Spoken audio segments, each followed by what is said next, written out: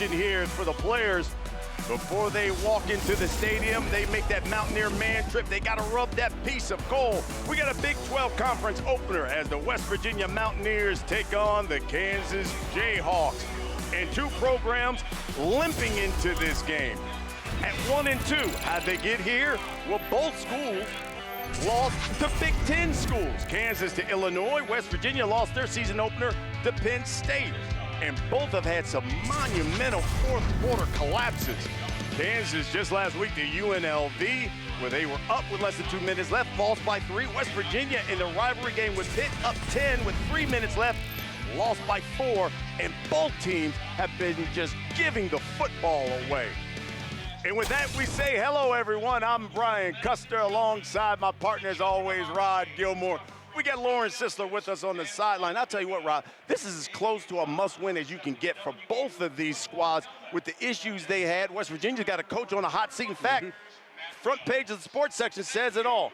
Backs against the wall. Not good. Let's start with Kansas, though. Preseason top 25 team, dynamic quarterback in Jalon Daniels, but boy, is he giving the football away at an alarming rate. Everybody's off the hype trains, but this is 2024. You can get it going, win the Big 12, and still get to the playoff, but that means better quarterback play. Jalon Daniels has been outstanding running the football, but it's the passing game where he has struggled. He's responsible for 7 of their 8 turnovers, including 6 picks. That is uncharacteristic of him. He's got to get his confidence back and play better if they're going to be in the hunt. West Virginia, similar issues, but their quarterback just hasn't been accurate. Yeah, you know, Garrett Green, also great running the football, but he has one of the lowest ratings in college football in accuracy, 121st. That has been the issue. If this offense is going to get going, he's got to be on target and do more than just run with the football. This is the 13th meeting between these two programs. First one came back in 1941. You know, West Virginia's dominated the series. They've won 10 of the last 12 meetings. Kansas won the toss, but they have elected to defer. So Tabor Allen will be kicking things away to Traylon Ray as we kick off the Big 12 conference opener. And it's West Virginia who will start things off at the 25, and we'll get our first look at Garrett Green, the senior for the Mountaineers. And, you know, we talked about the accuracy. He's certainly been off target on 19% of his attempts. That is the 3rd worst rate in the Big 12. Keep this in perspective. He's 121 out of 133 QBs in the FBS. Yeah, but he's got a strong arm. He is a dynamic runner. He's been elite with that the last couple of weeks. Jaheim White with him in the backfield. And it's White who gets the call over the left side, and he picks up a couple. Well, Green, a couple of seasons ago, was the Wildcat quarterback and has graduated to be QB1 last season and this season. The passing attack is what he needs to be really good with. And Green will throw, hit as he let that one go. And that was J.B. Brown, who came in and delivered the lick.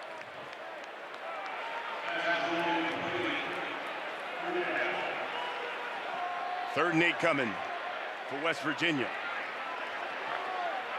They've struggled on third down, converting just 24%. Green on the run, throws, and there's a first down. White has it. Well, that's one way to get your quarterback going when you've struggled with accuracy. Get your running back out of the backfield, open space, and let him do the work. 15-yard pickup. 1st and 10 from their own 42. Gallagher in motion. But Green's going to keep it. And he's across the 45.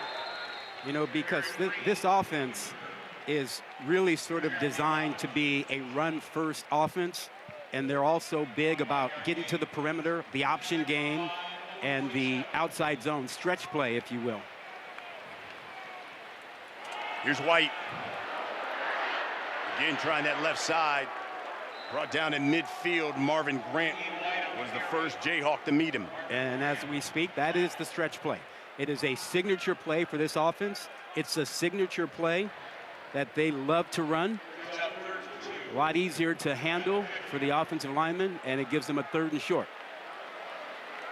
C.J. Danielson has checked into the backfield, seeing his first action, replacing White.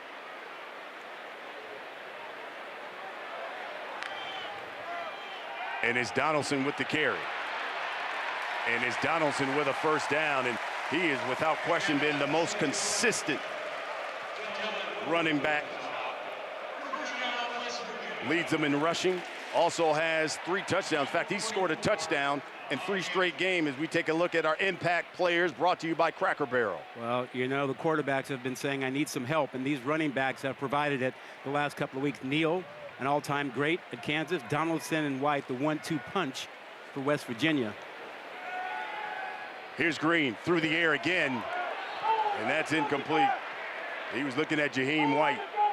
All due respect to Posty and his colleagues for, I need some help. DJ Warner was all over him like a blanket.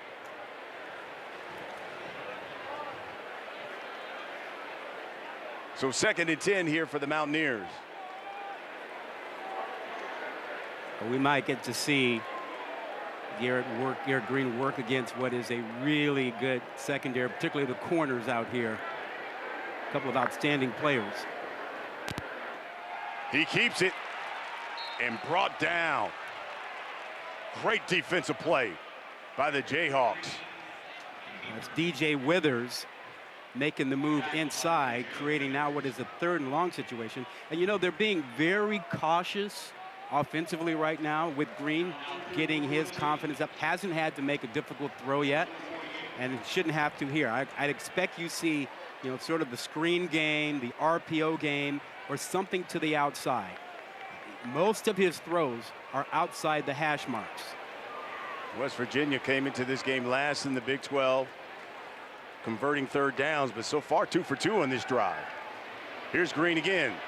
Throws, incomplete. Yeah, and he's testing the wrong guy over there. Let me tell you something. Kansas has a pair of corners, 2 of the best in college football, in Kobe Bryant and Mello Dotson. What did Kobe Bryant say before the game? Call me Mamba? Call me the Mamba. Well, you know, if you get called Mamba, you got to have that Mamba mentality, and he showed that on that play. You know, coming around kind of locked up singly. Let him get in here. Get that right hand in there. It's a great play. Oliver Straw will come and punt things away, and Trevor Wilson for Kansas, standing at his own 8.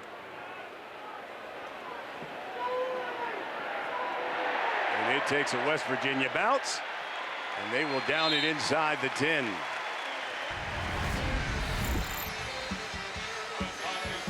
Coming up, you want to talk an impact player? How about Devin Neal? He's run for 100 in every game this season. Devin Neal, the Jayhawk offense, when we come back.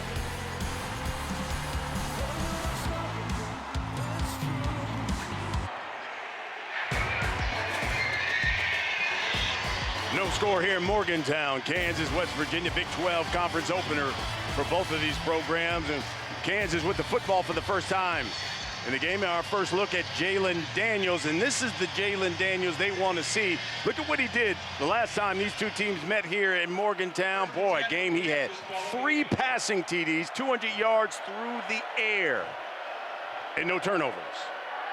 This is Devin Neal, though, over their right side, and Devin Neal is close to the line of gain, about a pickup of 8. And this is a guy who has rushed for 100 yards every game this season, and 6 straight if you go back to last season. He's got a chance to be one of the all-time great running backs as Kansas. I'm talking about mentioning him with the likes of John Riggins, Gale Sayers, and, you know, that's some pretty esteemed company. He's in the backfield now with Daniels in the pistol. And he gets the call again, and he's got a first down. Josiah Trotter makes the stop for West Virginia. And as well as Neal has played, this offense, even though it believes in pounding you, needs the quarterback to make plays, not just with his feet. but throwing the ball. They have to get big plays. They have to have him throw the ball down the field. They have to have him make the intermediate throw, and that's been an issue the last couple of weeks. And you want to throw against this West Virginia secondary that's had major issues. And that's complete to Trevor Cardell. Well, you mentioned the West Virginia secondary. This has been a challenging week for this defense. You know, they've had basically tryouts for the corner spots. Yes. They've replaced the 2 starters from last week with 2 new starters. And Neil Brown has publicly talked about just how poor the play has been at the cornerback spot. They've giving up on average 280 yards through the air. They've already given up 8 touchdowns. Here's Neil again. Grinding. Sean Martin drags him down. Yeah, really good job against that counter play. Start one direction, come back the other. Now, this offense is run by the offensive coordinator, Jeff Grimes. And Grimes believes in having big people beat up on little people. A lot of teams are using 5 defensive backs, sometimes 6. He likes having lots of tight ends. This 3rd down and short is right up his alley. We'll see multiple tight ends used by Kansas today. 3 of them in right now. And it's Neal. And that's a 1st down for Kansas. You know, and the other thing, because all these tight ends, they do a lot of shifting and motion. And that's all designed to create some confusion on the defensive side, particularly the secondary. And with the West Virginia defensive backs having trouble, I would expect West Virginia to be very vanilla on the back end so that they don't have to deal with making changes and audibles. They'll let the safeties handle these changes and not involve the corners. Daniels wants to test that secondary. He'll swing it out. There's Daniel Highshaw. Welcome back, Highshaw, who missed last week with the flu. Do we have a block in the back that didn't get called over there? I saw a great effort by Aubrey Burks to get in position to turn this ball in, and it looked like he had a tight end, Jared Casey, all on his back. But Casey must have pulled off. No flag. So the Jayhawks will be looking at 2nd and 5.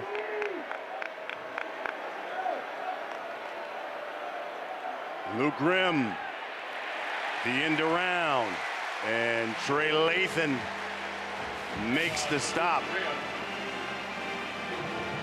Well, that brings up a 3rd down, a passing situation. How much confidence do they have in their quarterback here, Daniels? You see the great play by Lathan coming from the backside.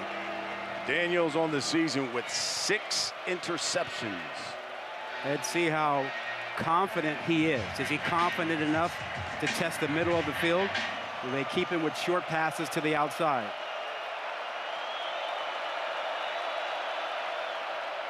Daniels will throw. Under pressure and sack. T.J. Jackson. The transfer out of Troy. This guy has been phenomenal for West Virginia. He was the Big 12 newcomer of the week. He had 4 tackles for a loss and 1.5 sacks for Pitt just last week. That was most for a West Virginia player since 2018. Yeah, take a look at him just using his speed, and that is a matchup that he should enjoy most of the day. If Cable Duke gets his hands on you, you've got a problem. But the quickness of Jackson is going to be a problem for this offensive line. Damon Graves pumped things away. Rodney Gallagher back deep for West Virginia. And it will take a Jayhawk roll. They'll down that one at the 22. Big sack by T.J. Jackson. He has made a career year already. West Virginia football when we come back.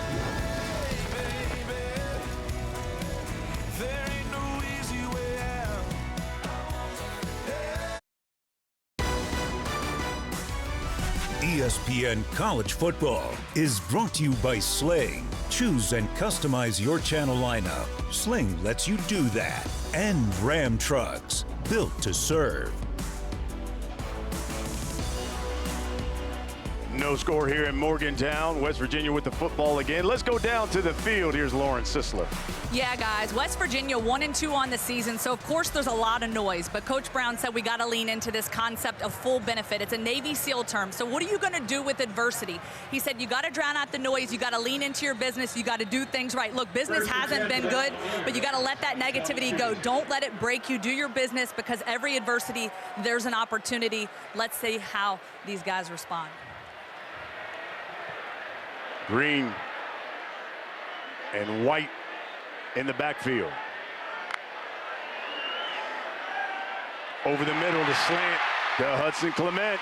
Clement cross midfield. And finally dragged down at the 40 by Mello Dotson, but not before a 39-yard pickup by West Virginia. Yeah, run pass option, and they hurry to the line of scrimmage.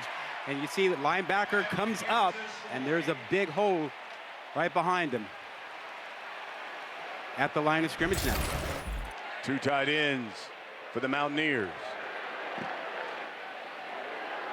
And both will shift. Green again, play fake, throwing, again over the middle, and again it's complete.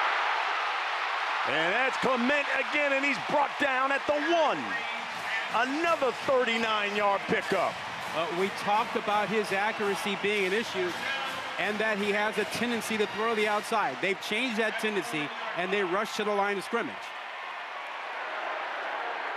And it's White. And the second effort, and it scores. West Virginia on the board first.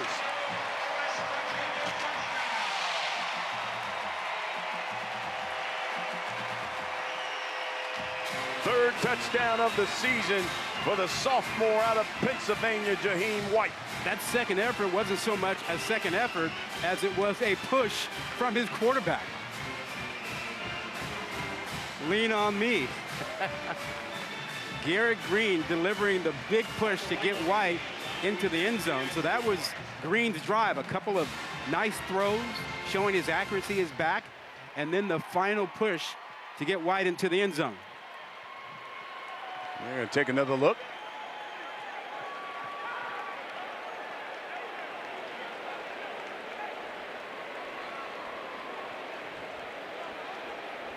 Score is good. Hayes, Michael Hayes here for the extra point.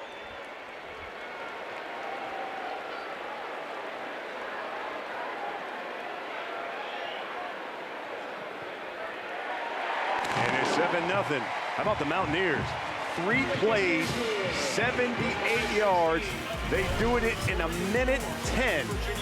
How about Garrett Green? That's his drive. This is the guy who has struggled with accuracy. Nothing wrong with his accuracy here, giving the Grim Reaper everything he needs. I'm sorry, Hudson Clement, the way to get down to the 1.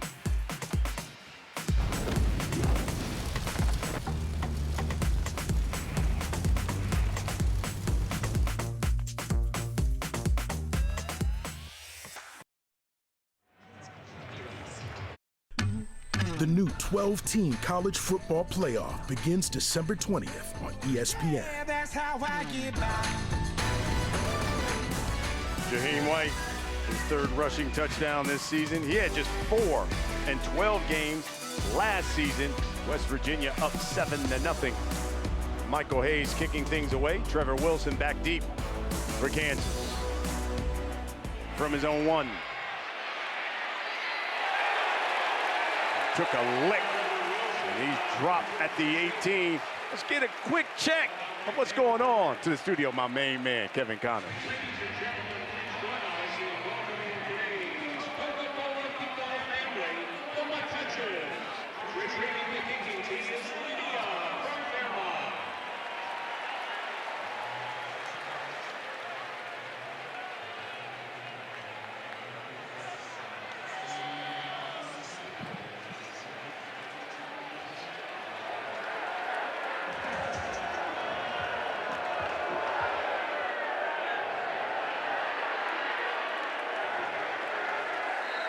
How about that? Devin Neal just got the carry here. Picks up 3 over that right side. 7-0 our score. 5 minutes to the second quarter. Talk to me about what you want to see out of this Kansas offense here. Well, I still think they got to get Daniels right. Now, when he runs the ball, he runs with a lot of swagger, and I think that's going to be a real key for opening up the passing game for him. He's got to have that confidence back. And he's going to run it here. The option, pitches it to Neal, to the outside. And Neal's got a first down. And, you know, one of the things that Coach Leipold talked to us about on the field before the game is, say, I want to start fast. More importantly, I want to see how we respond when adversity hits us. Well, they got some adversity. Down 7-0, and they really haven't moved the ball. Great execution on that option, and that's going to be the challenge for West Virginia. But you do want to get the ball out of Daniels' hands. You'd rather see him pitch it than have him turn that ball upfield.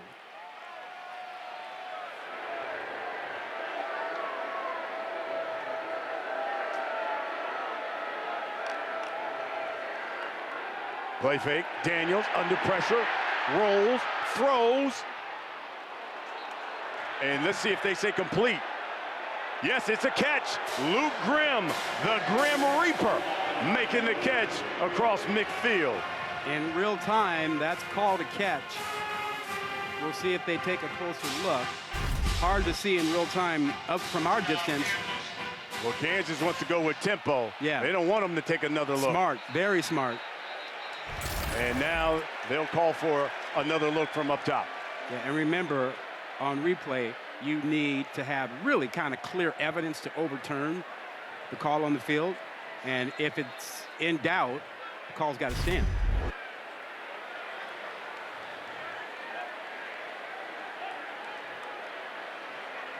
See, the right knee is in bounds. Looks like he's got control. And it's a catch. Well, it's hard to see anything clearly saying it's not a catch. That is, it's a pretty good look at it. So far, Jalen Daniels, perfect 3 for 3. There was a touchdown available on that play, except for the pressure. They had a receiver running free down the field. Daniels. Rolling. Avoids the rush, gets hit, and gets that one to Lawrence Arnold. I'll tell you right now, the issue for Kansas is protecting the quarterback. This is the second play in a row that Daniels had a receiver running free down the field, but he didn't have time to get the ball out. And 2 straight plays, and he takes a real hit here. It's kind of a little whop, whop, whop.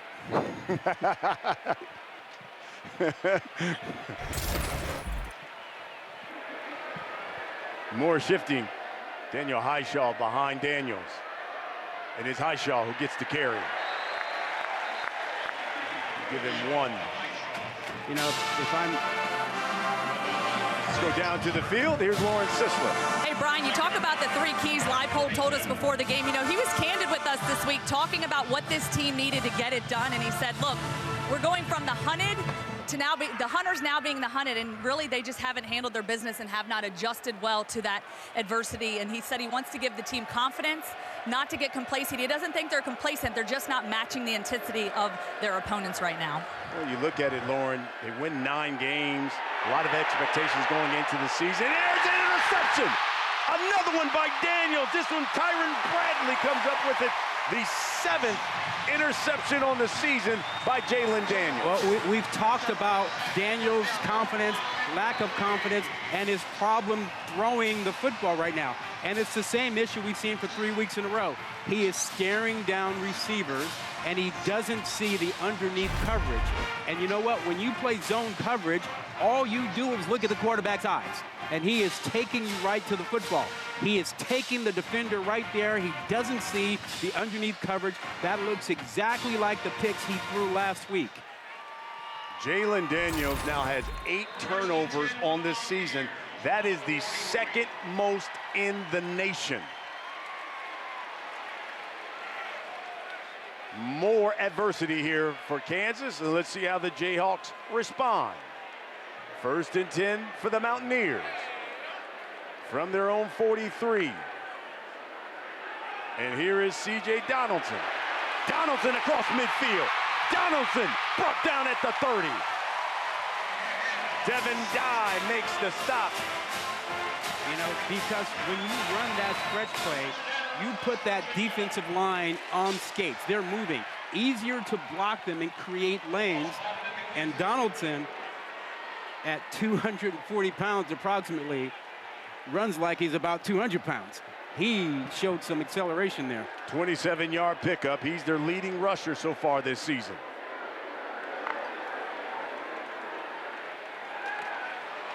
That one batted and nearly interception by the Kansas Jayhawks. Yeah, you know, Garrett Green is only about 5'11". All week long, Kansas talked about getting hands up when you don't get to him. You get those hands up, you get a chance to knock that ball down.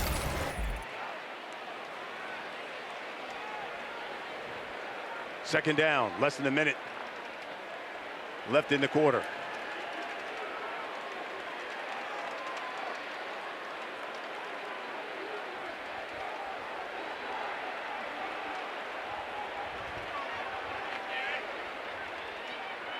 Here's CJ over that right side. And Donaldson falls forward to the 25. It's a good third down matchup here. I would expect West Virginia to stay away from these two corners. Mello Dotson, Kobe Bryant, Kobe and Mello.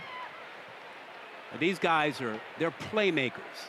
When you throw the ball out there, they're hunting the football. They may not be technically sound all the time because they tend to, you know, try to jump routes. They try to guess a little bit. But if you make a mistake in their area, they're going to pick it off. Well, and they've taken a number of them back to the house. They have combined 17 interceptions over their careers. That's tied for the most among any returning Power 4 corner duo in the country. As Donaldson swallowed up by DJ Withers in the Jayhawks. Interesting call there, because normally that kind of a call tells you that they're looking at going for it on fourth down. Well, we played one here in Morgantown, and it's the Mountaineers 7, Jayhawks nothing.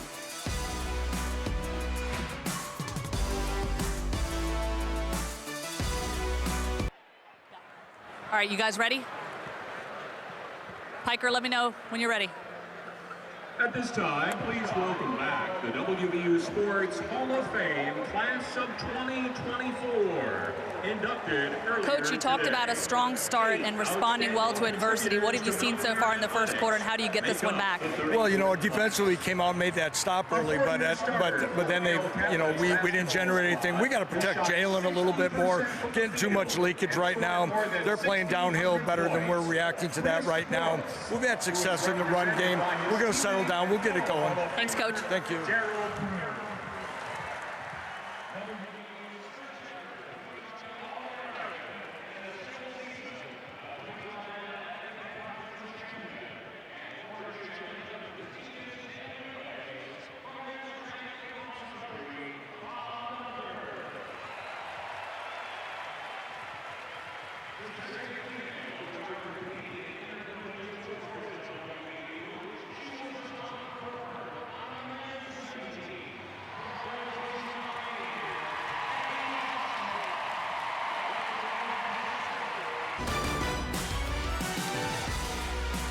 Seven 0.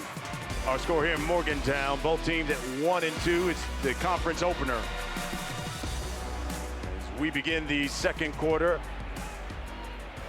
and West Virginia is going to go for it here on fourth down, looking at 4th and 5. You know, the interesting thing is that normally after a takeaway, you want to make sure you get points so that it's costly. If Kansas gets a stop, they get out cheap.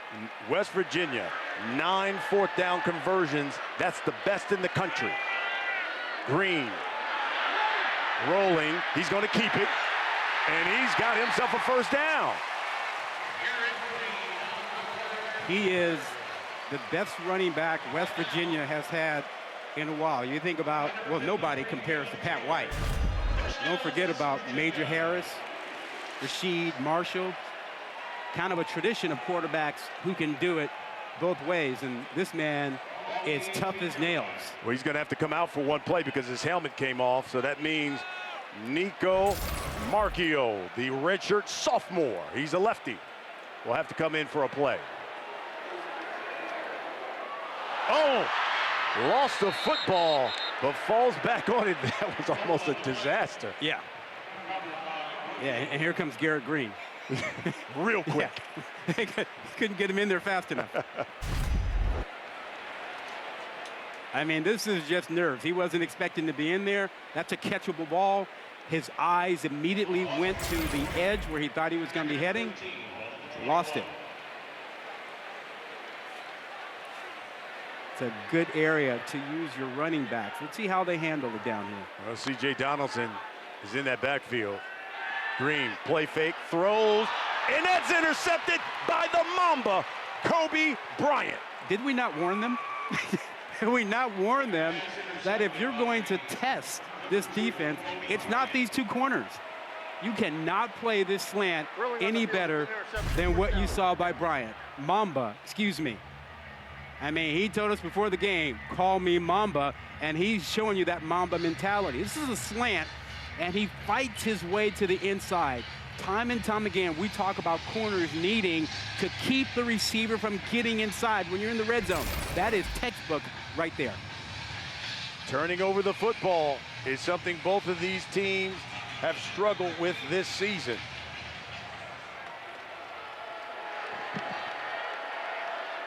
There's Jalen Daniels, threw an interception on their last possession.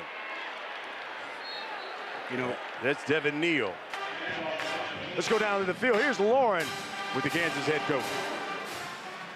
Coach, you talked about a strong start and responding well to adversity. What have you seen so far in the first quarter, and how do you get this one back? Well, you know, defensively came out and made that stop early, but then they, you know, we didn't generate anything. We got to protect Jalen a little bit more. Getting too much leakage right now. They're playing downhill better than we're reacting to that right now. We've had success in the run game. We're going to settle down. We'll get it going. Thanks, Coach. Thank you. Here's Neal. That's a first down. Tyron Bradley makes the stop. 9-yard pickup for Kansas. That stretch play by Jeff Grimes, the old coordinator. It is so much easier for your offensive line to block defensive linemen when they are on the move like that. When they are straight in front of you, you have to be stronger to root them out. You get them moving, your offensive linemen can just push them like they're on skates. Got an injured Mountaineer on the field. As they tend to him, we'll step aside. 13 minutes until the half, 7-0 West Virginia.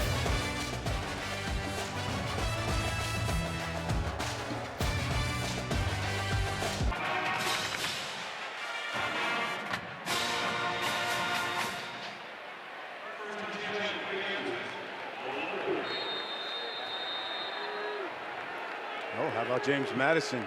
Right now, West Virginia up. But then West Virginia just lost their best defensive player. Josiah Trotter was the guy who needed some help off the field. This is Devin Neal, who's got a first down for Kansas. Trotter, the redshirt freshman out of Philly, and yes, he's the son of Jeremiah Trotter, who played for the Eagles. Yeah, this is a big loss if he's unable to come back in this ball game. You see what looks like a lower leg injury. Watch when he plants. Yeah, he plants, and that's not good. But he is a big part of this defense. Being looked at in the tent as we speak. 1st and 10 for Kansas from their own 40. Daniels will go to the air again. Flushed out of the pocket, rolls left, throws, incomplete. He's not getting any time. You heard the discussion about that earlier from Lance Leipold. But whether it's a blitz or a missed assignment, they're on him. And the problem for Kansas is they have receivers open. But this does nothing for the confidence of this quarterback. He was already shaky coming into this game. He's thrown a pick, and now he feels like he's got no protection. That's not a good recipe when you're trying to get him right. 4 of 6, 46 yards through the air for Jalen Daniels. You look at Lance Leipold. Here's Devin Neal right up the gut. Listen, keep running him. Well, exactly. You know what's going on right now is that West Virginia is so concerned about the back end. They're playing 2 safeties high. They're protecting their corners, and they're looking at it going, well, you're inviting us to run the football. We will run the football. We've got a tight end in the game. We'll come right at you. If you want to protect the back end, we're going to run it at you. 2 tight ends for the Jayhawks. Yeah, and they're still showing the same sort of defense. protect the corners, keep the safeties back. To the outside, Luke Grimm. Grimm breaks a tackle and skips out of bounds at the 32. He got by Garnett Hollis, who was one of the starters we placed this week, but back in the ball game now. And again, if Kansas can get any kind of time for Daniels, there's some opportunities in the passing game. 17-yard pickup. Grimm's got 2 catches, 39 yards receiving.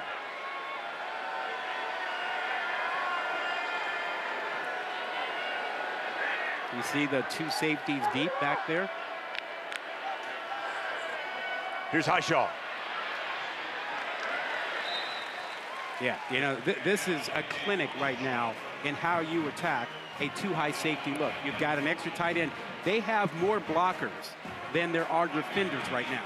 And so they are just pounding the ball inside, and they are daring West Virginia to change what they're doing on the back end.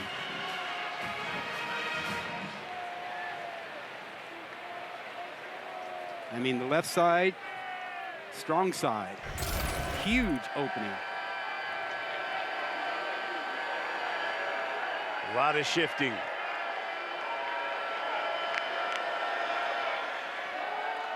Highshaw gets the carry, breaks the tackle. There's that and man again. Turns nothing into something. TJ Jackson had him. He's that man off the edge. You had the sack earlier. And now you've got another 3rd down. This is, again, maybe a 2-down territory with 3rd and short if you don't pick it up here.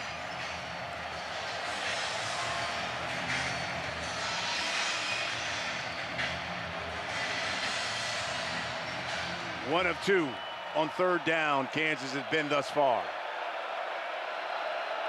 3rd and 3 from the West Virginia 25.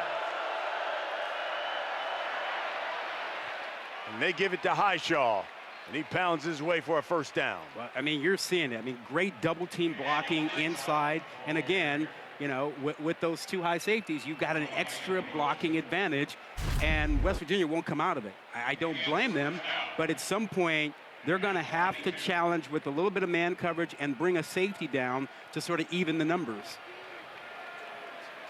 This is the 10th play of this drive coming up. So far, Kansas has gone 61 yards here. 2 tight ends. Daniels throwing too high. Oh, my goodness. He was looking at Trevor Cardell, and oof, he took a hit by Garnett Hollis, who I think is still down. Yeah, and he's reaching for his left leg. And Daniels, not quite himself. Still, he had a guy down the middle of the field he didn't see.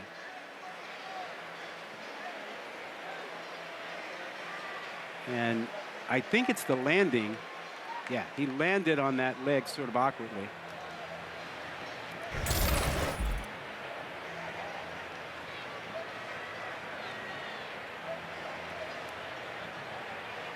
Hollis is a senior. He transferred in from Northwestern. He's out of Nashville. They consider him probably, even with the secondary issues they've had, their best cover corner. Yeah, they really can't afford to have him go down. I mean, they're trying to get the back end settled, and Trotter, you know, the linebacker, is already out.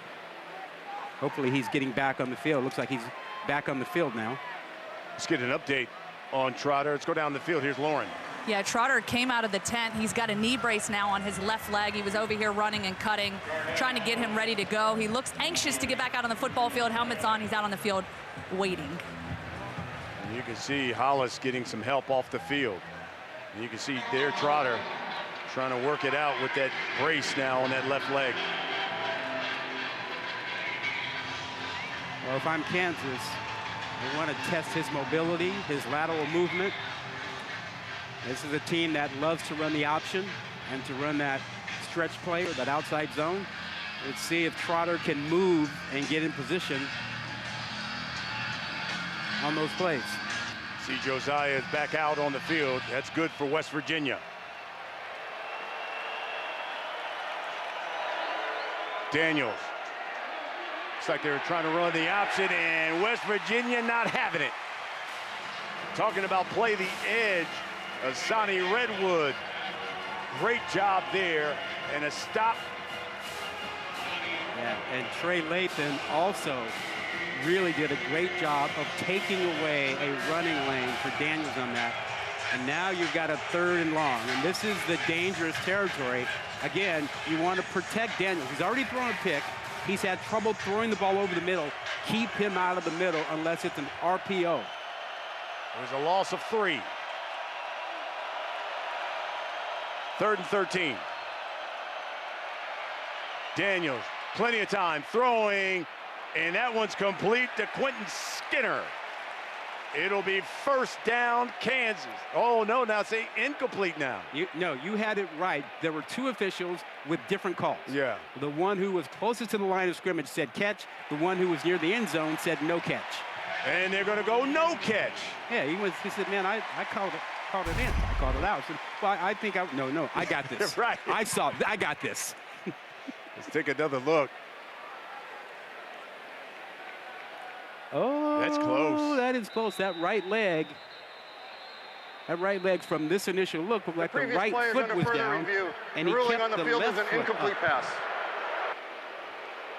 Yeah, that left foot doesn't hit out of bounds until much later. Right foot down, control of the ball. That's close. That is very close. Remember, you need really essentially clear evidence to overturn the call on the field. I'm not sure if that is clear. We'll see what the officials have to say about it. Here's a different look.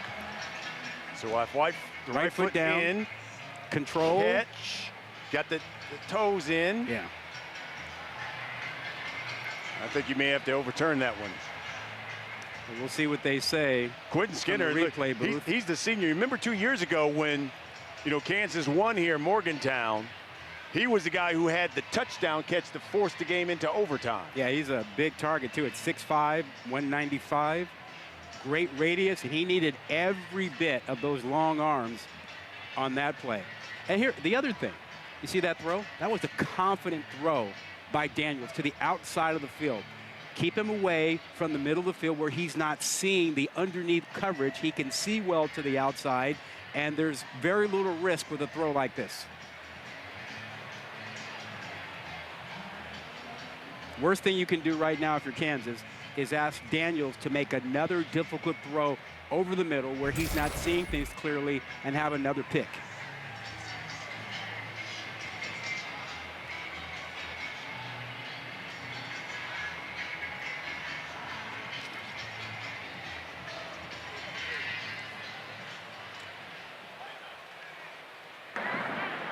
After further review, the receiver did have a foot in bounds and completed the catch.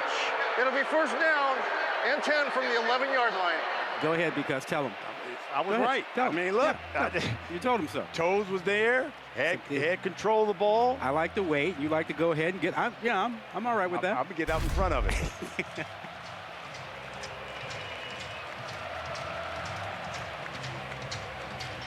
That right foot. So you see that back official saying no catch, but the official in front saying that's a catch. Yeah. Saying, wait, no, I got a catch here. Wait till they talk about that one after the game. Right, exactly. So 1st and 10 now.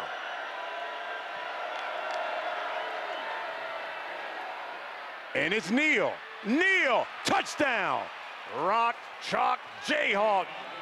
They're on the board.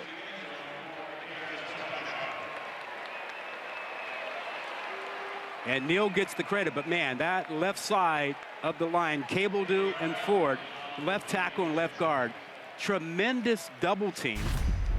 Neal read it perfectly, found the hole, just a tremendous job. Just watch the left side of the line. Watch the way they double and they push everything down inside, and then you've got your tight end coming across. Huge, huge hole. Good low center of gravity, Devin Neal. You see why he's such a great runner. And Tabor Allen with the extra point. And how about Kansas? 13 plays, over 6 minutes, 7 first downs on this drive. Capped it off with Devin Neal for 6. And we're all tied up at 7 here in Morgantown with 7:31 until the half.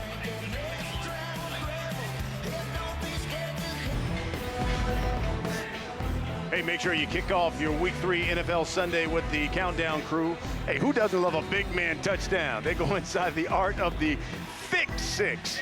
Plus the latest news from Adam Schefter. You got Moss. It's NFL Countdown, 10 a.m. Eastern, ESPN in the app. And then 2 Monday Night Football matchups for you. You got the Jags-Bills at a special start time, 7:15 Eastern. And then you got the Commanders and the Bengals at 8 Eastern on ABC and ESPN+. Tabor Allen kicking things away. Traylon Ray back deep for the Mountaineers.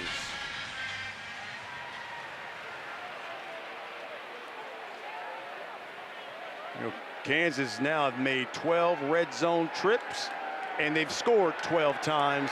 Only team in the Big 12 to do that. Here's Ray. Dropped at the 14. You know I'm from Columbus, right? Yeah. Them Buckeyes doing? You know what? My man Kevin Connors, give me an update.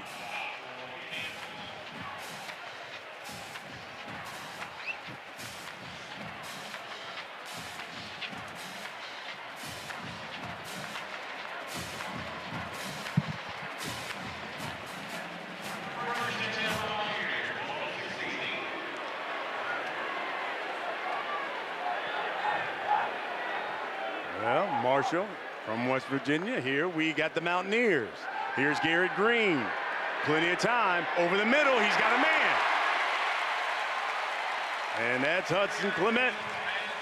Yeah, a clear out run by Ray, number 7, taking all the deep coverage away from that side and waiting for that deep cross-country route to come by Clement, who's having one heck of a day. Did you hear Kevin Connors and Trevor Maddich talk about Stanford winning last night? I'm waiting for it. I watched Stanford. I know you did. Last night. I'm just waiting for my guys back in the studio to give some love to the Cardinals. That's all. 21-yard pickup for the Mountaineers. They'll keep it on the ground with White. Give him maybe a yard. Let me take you back to that last series when West Virginia elected to not take the field goal, not take the 3 points, and instead tested Kobe Bryant, and he got a pick. And I'm not sure they've remembered the rule. When you get a turnover, you must get points off the turnover to make it count for something. Here's Green, flushed, rolling, throwing, and that's complete again to Clement. How about Hudson Clement in the day he's having with Garrett Green? Yeah, he's showing out. He is showing out.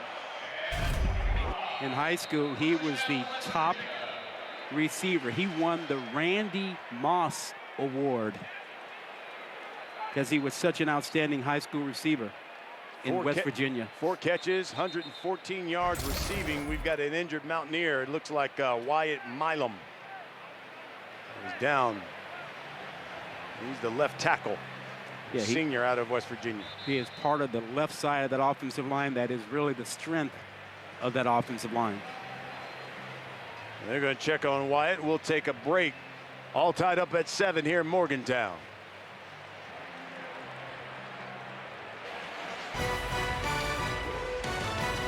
Seven our score. Garrett Green, he's 5 of 10. He's thrown for 129, and he's got that 1 interception. Talk to me about, we've talked about his accuracy. What do you see? Well, you see the 7 attempts in the middle of the field. That's breaking a tendency because normally they throw outside. Clement has been big in the middle, working against the zone, but the one time they threw inside against man coverage, they went after one of the corners, and it cost them when Bryant got a pick. Here's Jaheim White. Maybe a yard. So I think what we're seeing West Virginia do is say, look, we know we're going to get a lot of zone coverage. We don't want to test the 2 corners to the outside, so we want to attack the zone in the middle of the field and break a tendency. Now, the one time they went at one of the corners, it was in man coverage, and it cost them with a pick. So they have to be aware of when that switch is coming in the red zone.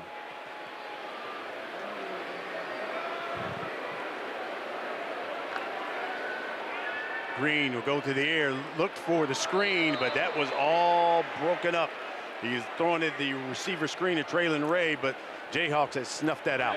Yeah, and again, I'm not sure why anything is run to the side where Kobe Bryant is. Whether it's a deep ball or a screen, he is such a savvy player. He figures everything out, and he is a playmaker. He's looking for the football. You're better off working the other side and staying away from the guy with the Mamba mentality. 3rd and 9 coming up here for West Virginia.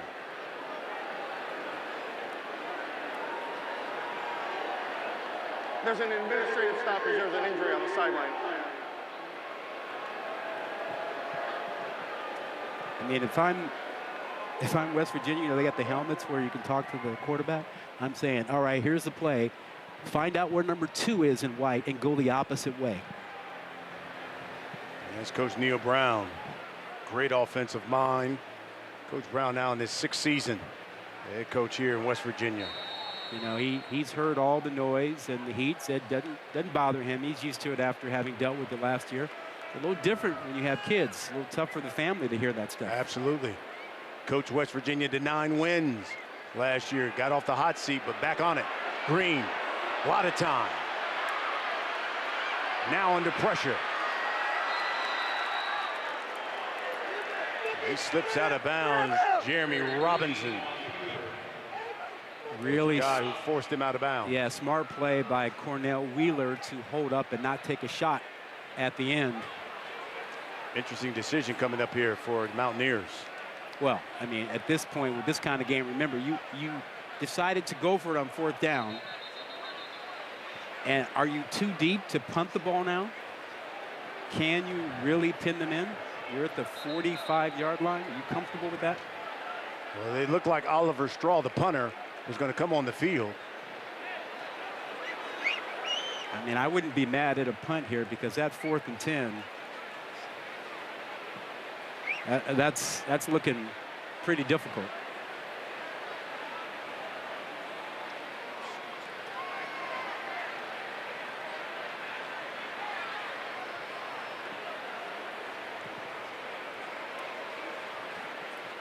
We seem to have a stoppage now. Let's go down to the field. Lauren, what do we got? Hey guys, I'm working on getting confirmation. There's a player down on the field here near the bench. They've cleared the benches. They've got him laying on the ground with a neck brace. His teammate told me it was Aubrey Burks. I want to confirm that though. They're loading him onto the stretcher now. It is Aubrey Burks.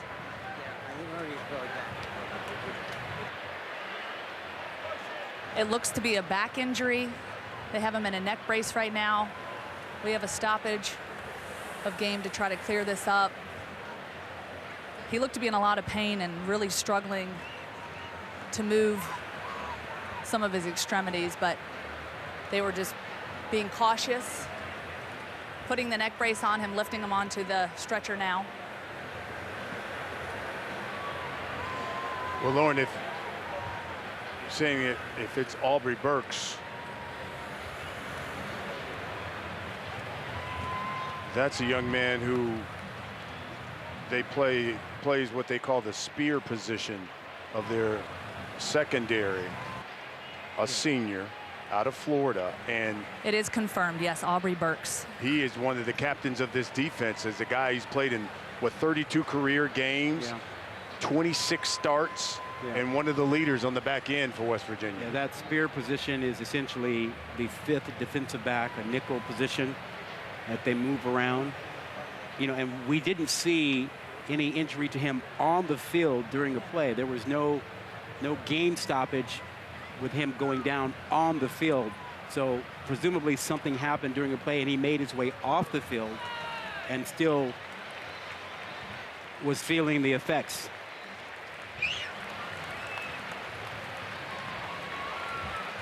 And they're taking Aubrey on the stretcher. And look, anytime as a player you see a teammate go off the field on a stretcher, it brings you back to reality and it takes your focus off the game. The question is, how quickly can you regain your focus? Because you can't just watch a teammate leave. I've had that experience. And when you watch a teammate go off the field, you are concerned about him and you're concerned about his family.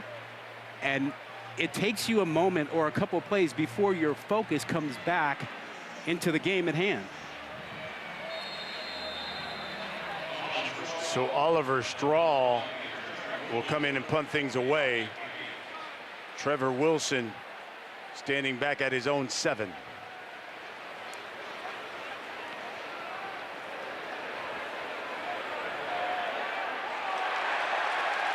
And the Mountaineers do a great job of covering it. And he'll be down at the 4.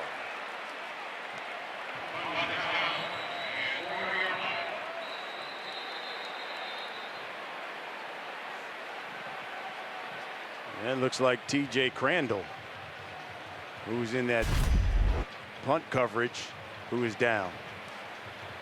Watch this collision between Aiden Garnes and TJ Crandall. And both of those guys are corners who have played a lot today. And Crandall, on the punt return team. Basically got promoted this game because of the bad play of the other corners the past couple of weeks. Yeah, he is a transfer from Colorado State. His uncle is Nate Robinson, the undersized slam dunk champion of NBA days. Yeah, a couple times. And a second uncle, Xavier McDaniel, NBA All-Star for a number of years. So he's got a lot of good genes in his family. Some athletic genes.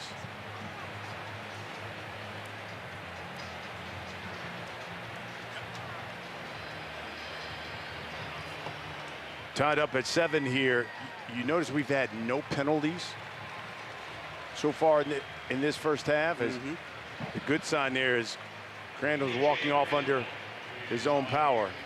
These are two normally well-coached, disciplined teams, and they both had issues with penalties last week. West Virginia was completely out of control at times, as was, Kansas. This trend continues. This will be the first time this season there are 0 penalties accepted in the first half. How do you feel about the way Daniels is playing? I think you're encouraged if you're Kansas because he's played better than what you've seen in the past few weeks. Except for that one pick. Yes. So from their own 4, 2 tight ends for the Jayhawks. 4 minutes until the half. You go to Devin Neal. Across the 5. How about what Leipold said about Devin Neal and Jalen Daniels? He said, they should have lifetime jobs at Kansas for what they've done, not only for the football program, but the way they've represented the university. Remember, the program was considered kind of a laughing stock for, 15, 20 years until this turnaround the last few years.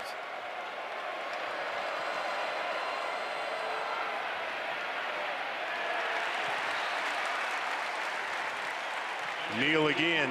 All 4 of Kansas's drives, offensive series, have started inside their own 20. 2 of them inside their own 10, just like this one. Yeah, let's see how they handle this 3rd down. Do they continue to run and try and wedge it out? Here's the interesting thing. Keep in mind, Kansas won the toss, defers, so they will get the football to begin the second half. 3rd and 5. Jayhawks 3 of 4 on 3rd down. Daniels to the air. Grimm, 1st down. They'll move the sticks. Soft coverage on the outside by the corners. Just a stop route. A little too soft on a 3rd down. If you're a corner out there, you know the situation. You can't give that much ground. Look how much room is given. And nice job by Grimm finding the hole.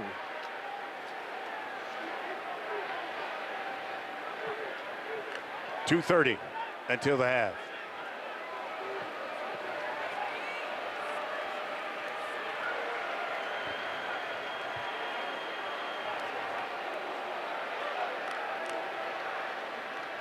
Play fake to Neal. Daniels steps up, under pressure, throws it away. That was Ty French applying that pressure to Jalen Daniels. Quarterback was out of the pocket. Ball made it back to the line of scrimmage. And it's the same story. He doesn't have any protection. If he gets a little bit more time, he's got guys down the field. Let's go down to the field. Lauren, what do you have for us about Burks? Anything new? Yeah, quick update here. So they put him on the stretcher, wheeled him off the field there to the back parking lot, put him into the ambulance, and he'll be going to Ruby Memorial, which is right across the parking lot here, to be evaluated. Hopefully everything checks out for that young man. Here's Neal again. Neal breaks through. There's a flag. He's brought down at the 35. First time we've seen that. Yeah, it's coming back.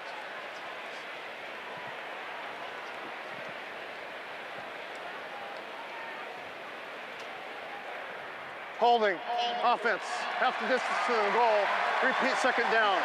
This will take us to the 2-minute timeout. Yep. First penalty of the game, and we've hit the 2-minute timeout. And we are all tied up at 7. It's the Big 12 Conference opener. Kansas, West Virginia, be right back.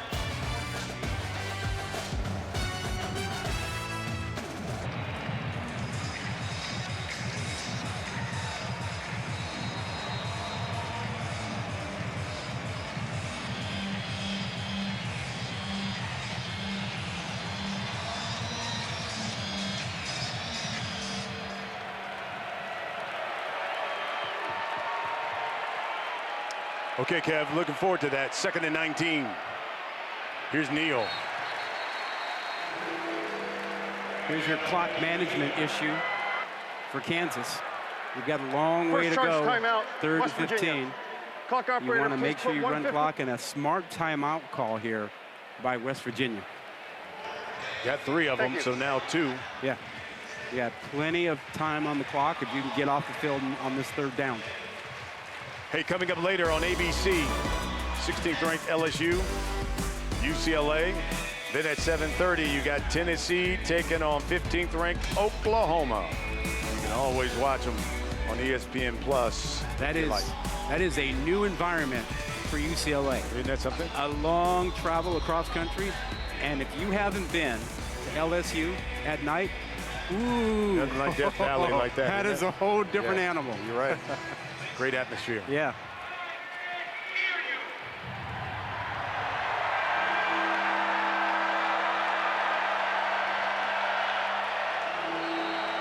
Third down, 15 from their own 14.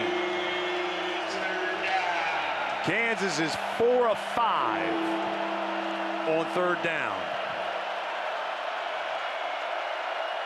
3 for 3 in this quarter. Daniels will throw it, and he's going to throw to the outside, incomplete. And I'll tell you what, had that corner, Jacoby Spells, broke sooner on that football, that could have been a turnover. Yeah, and that ball was thrown too far inside. If that ball is to the outside, then Grimm has the chance to make a catch on this play. I mean, the corner is laying inside, so the ball has to be thrown to the outside. It's not outside far enough. That's going to out of bounds or to your guy. And you see he is staring down his receiver. He sees what he's got there. But again, that ball is too far inside. Graves will punt things away, but another flag.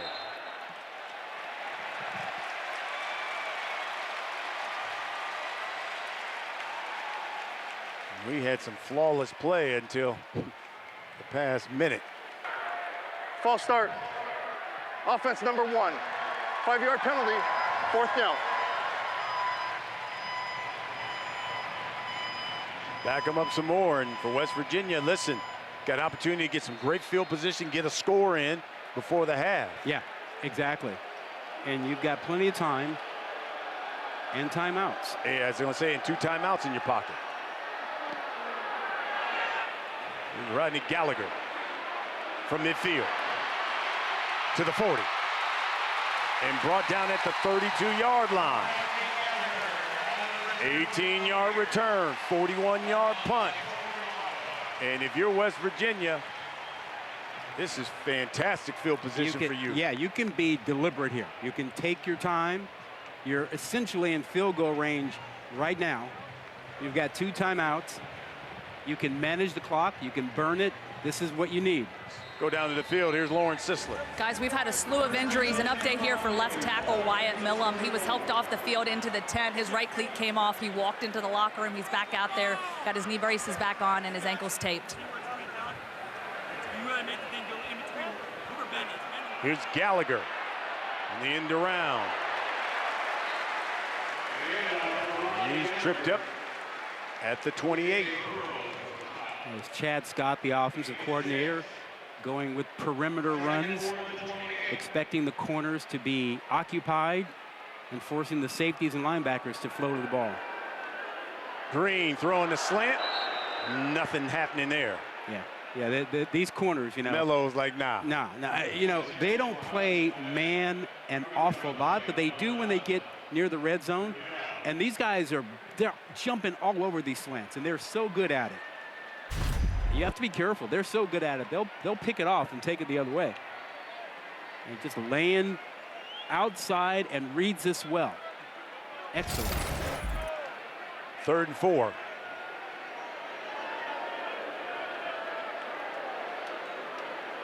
Dynamic play by these 2 corners. Green, there's a slant, and that one's complete. Hudson Clement. Yeah, that was a little bit of a rub play in the sense that your corner gets rubbed off by his own linebacker. Now watch what happens here. There's this play here, a little bit of a distraction because you had that happening. There's another one batted at the line of scrimmage. Plenty of time. DJ Withers got that big paw up. Plenty of time for Garrett Green. He has to be aware of the situation. Has to know he's got a field goal in his back pocket. No need to take an unnecessary risk down here. And by unnecessary risk, I mean middle of the field where it's dark and full of terrors.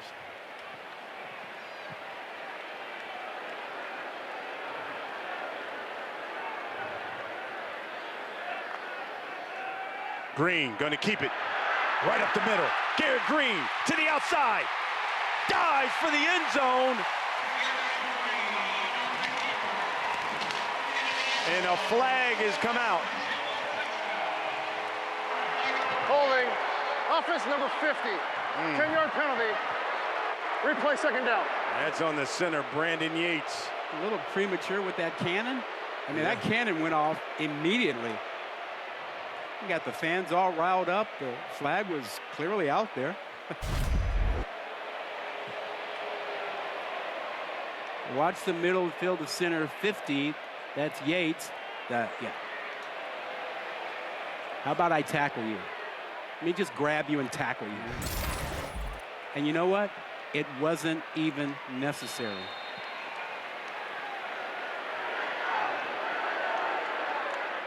Second and 14. Green throwing for the end zone, and Gallagher and overshoots him. Rodney Gallagher is a guy who will play in the slot receiver, but he plays both ways. He'll also play corner for you as well. But they're going to keep him on the offensive side of the football for this game. Yeah, makes sense. Although, given the number of injuries, he may have to play. He may have to play some defensive back. Interesting situation here. You have a field goal in your back pocket. Have to be careful with the football. You're likely to get a lot of zone coverage, eyes on the quarterback. So Garrett Green has to be smart with the ball here. And Coach Brown wants to talk about it. Second charge timeout, West Virginia. 30 seconds.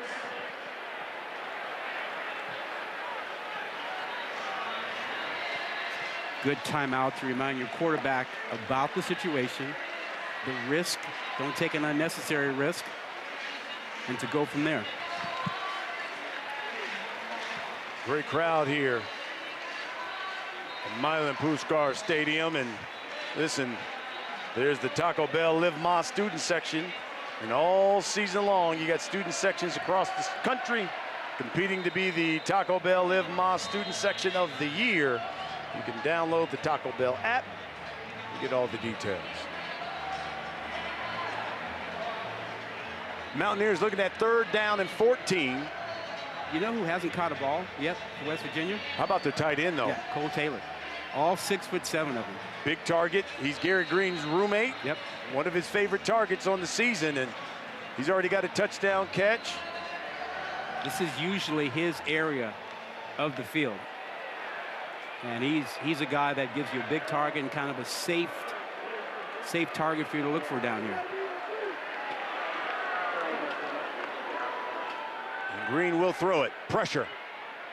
And that's caught by Traylon Ray. Wow, I think Garrett Green's confidence has really grown. That was a tremendous throw on a post route. 40 seconds left. 1st and goal from the 5. Plenty of time. Green throwing, now keeping it. Green, touchdown, West Virginia.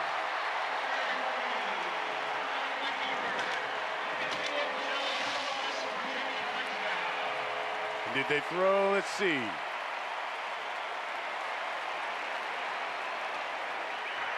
Holding, defense number 2. The penalties decline. Touchdown. That one's on Kansas. Put the points on the board. Did Garrett Green look like a fullback on that play or what? Garrett Green looked like a ball player spinning off of those guys. You're too small to knock me down with that cheap tackle. Yeah. O.J. Burrows tried to deliver the lick, and Garrett Green spun right off of that. He tried to throw a shoulder without wrapping up, and Garrett Green was having none of it. An extra point here by Michael Hayes. Mountaineers take a 7-point lead.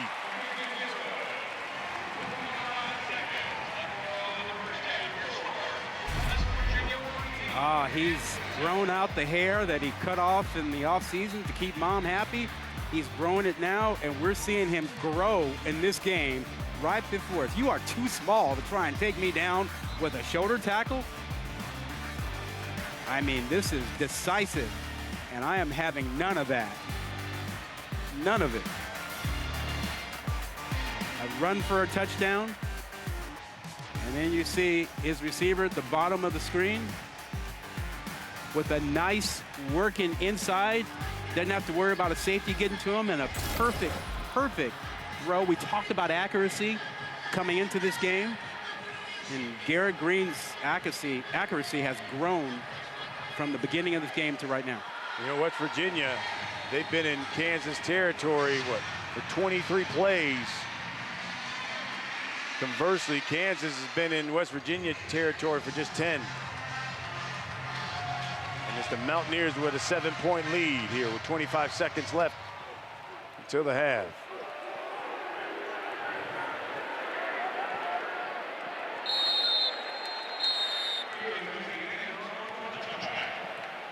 And if you're Kansas, will you just sit on this one basically? Hey, you get the football to begin the second half?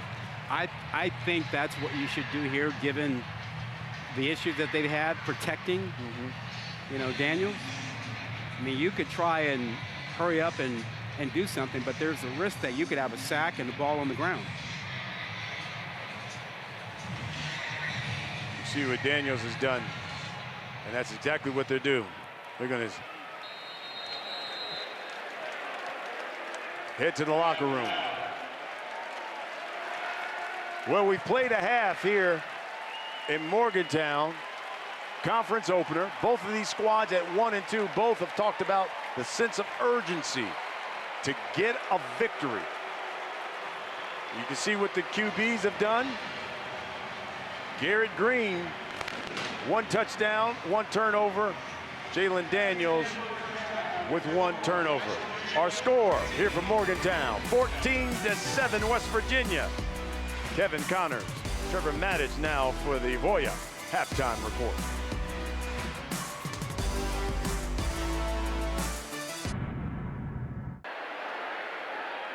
Green throwing, now keeping it. Green, touchdown, West Virginia. That was the score that gave West Virginia the lead. 14-7 is our score here in Morgantown as we begin the second half. This is the Big 12 on ESPN.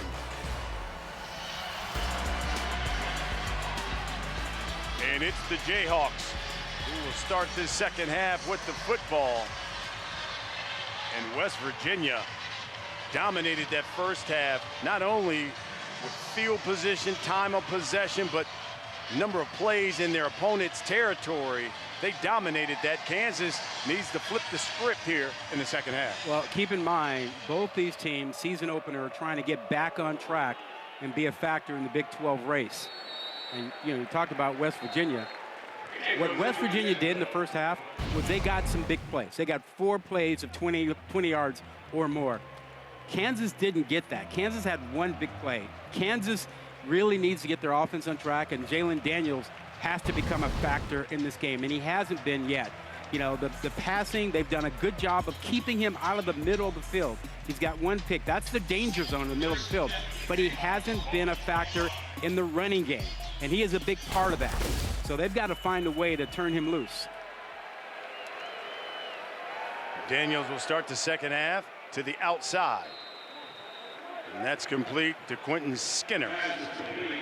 And as long as West Virginia is going to play off coverage and give you that easy throw, Kansas has to take advantage of it. That's one way to get Jalen Daniels going. Jayhawks will be looking at 2nd and 2.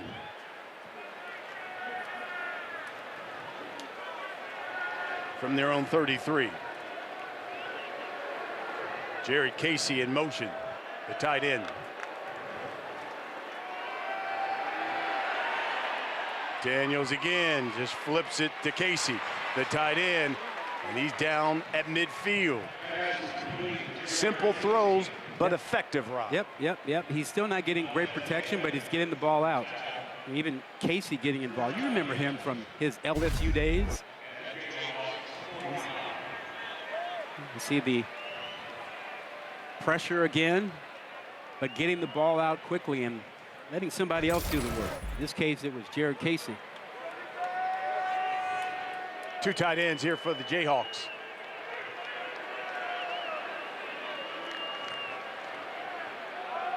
You go back to O Reliable. That's Devin Neal.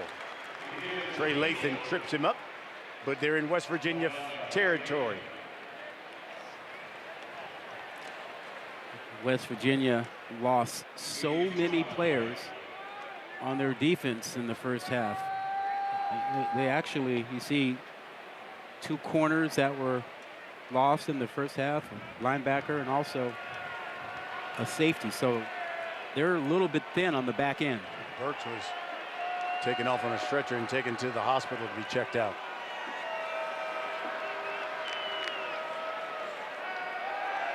Daniels again will throw. The referee goes down, and Daniels has got room to run.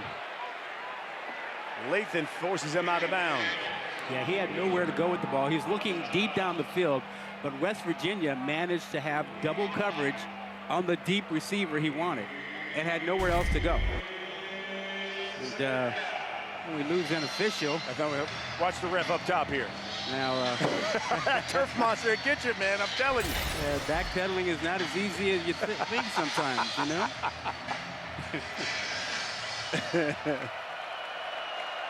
Especially when you get old.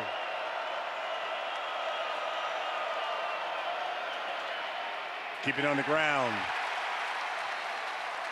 Decision time. You know, the analytics would say you go for it here. You got a 4th down. This is about, what, 2, 3? That looks like 2, yeah. And they're going to go for it. Yeah. You find fewer and fewer coaches punting in these situations these days. Used to be you kick it, but with the analytics and the need to score, decision-making has changed in these situations. First fourth down attempt here for Kansas. They go to Neal. He gets the edge. He's got a first down. Oh, man, did he turn it on to get by Trey Lathan. Lathan came through a gap, and Lathan was there to make a play in the backfield. But a little hezzy, and then the acceleration by Neal just made the difference in the play. Watch what happened. Watch as you see number 4, Lathan, just really come through that open gap, and a little hesitation and turn on the juice, and that's a first down. 7-yard pickup. Highshaw's now checked into the backfield for Kansas. And they flip it to Luke Grimm. Grimm got some blocking out in front, cuts back into the inside. Grimm down the sideline and forced out of bounds inside the 10. And a late flag thrown. Was that Grimm who got pushed late out of bounds? Yeah, and that's where the flag was thrown too, in the out of bounds area. So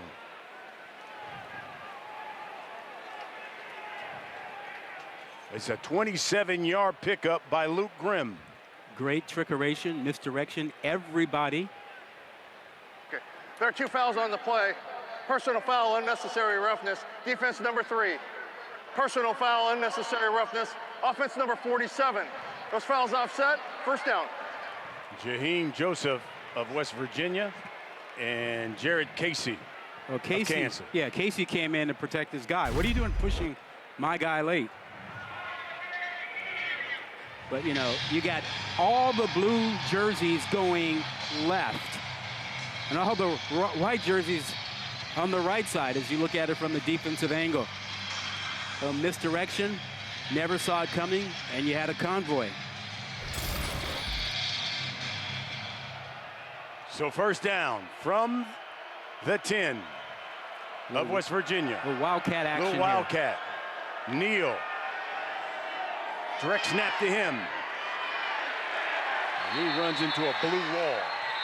And they weren't buying any of it. Ben Cutter, the weak side linebacker, stepped up, took on a lineman, and just snuffed out any possible hole right in the middle there. And you can see Kevin Marr, our head official here, warning Ty French of West Virginia for a little extra stuff after the play. 5 wide here for the Jayhawks. It's a keep. Daniels brought down at the 7. Nate Gabriel makes the stop. Yeah, good scouting by West Virginia. They were not buying any of that. 3 receivers to one side. They were expecting quarterback run game down here. And again, these linebackers are filling very well inside. Cutter comes in, and you see Lathan staying home. This is a big third down. You expect right now, you think man coverage on the outside, zone coverage inside. And that would be the way for West Virginia to play it down here, because you are afraid of defenders getting knocked off by picks, rubs. Kansas has 12 trips in the red zone this season. They've scored every time. To the outside, touchdown! Luke Grimm, the Grim Reaper, strikes again.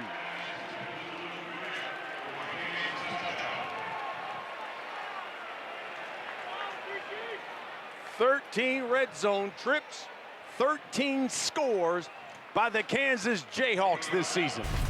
He ran a great route. He got a matchup against a safety, which right away Daniels saw as the mismatch he wanted, and just put the ball up to the corner. Let Grimm go get it. He does it. And we've talked about the struggles of this West Virginia secondary, and they continue in the second half.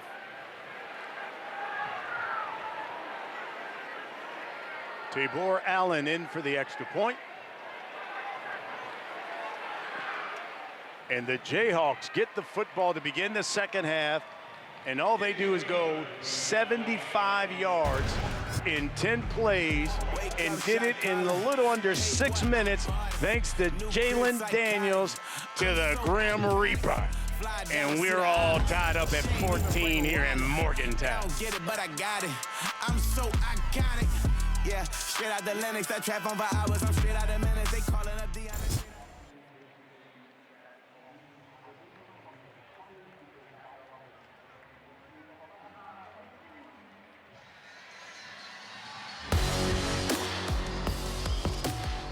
All tied up at 14 in Morgantown as Jalen Daniels went perfect on that drive. They went 10 plays, 75 yards to tie things up. Confidence. I think his confidence grows with that drive. He was perfect with throws to the outside and get the touchdown pass, obviously. With that drive, Kansas now has more yards on offense than West Virginia. In fact, Kansas has outgained their opponents in every game. They're the only team with multiple losses despite outgaining their opponent in every game. Down to the field, here's Lauren Sisler. Hey guys, talking to Coach Brown coming out of the locker room, he talked about being confident in the way this team was playing. He liked the way they were playing in the first half, but he said they were getting restricted at the break point, and unfortunately it wasn't being called, so he was a little frustrated about that, but he wants to see Garrett get out here, get some more confidence, but so far he likes to see him getting some plays on his feet right now. Well, let's see what happens. He scored a touchdown on his feet. He's got Rodney Gallagher in motion. Play fake to Donaldson. He's going to throw over the middle. He's looking for Ray. Ray's got the catch, and Ray's brought down at the 22. A big play as Traylon Ray makes that catch over Kobe Bryant. Now, we talked about how Kobe Bryant and Mello Dotson are playmakers, but not necessarily technically sound at the corner spot. And you can get by them on a double move or so, and that was a tremendous move to get deep. You see the play action, and maybe a little peeking. You see feet turned around if you're looking real deep there, and he gets inside of Bryant.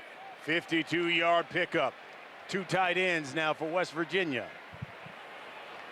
From the Kansas 23. Straight ahead with C.J. Donaldson, Jr.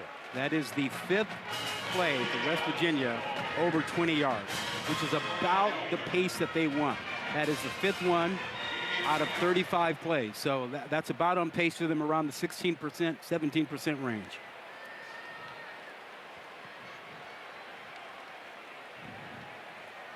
Second and 8 coming for the Mountaineers.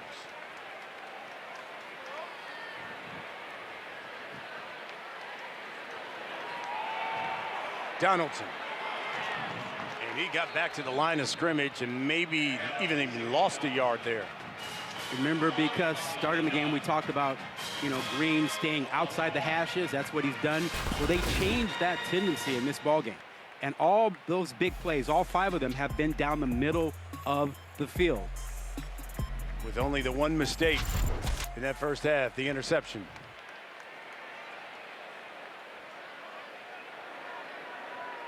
Third and 9. He's looking at Gallagher, and that's incomplete. It's a good no call. He was locked up with Kobe Bryant. Yeah, a little hand fighting, mutual combat. It's a no call. We talked to the officials before the game about pass interference specifically and the increase in mutual combat and pushing. They're like, hey, nobody gets an advantage. We're not flagging that. So Michael Hayes has come in for this field goal attempt. Been perfect so far this season. This is from 40 yards out. 32 of 36 inside 50. And he's good. Mountaineers now 3-point lead. 7 minutes left here in the third. West Virginia on top of Kansas.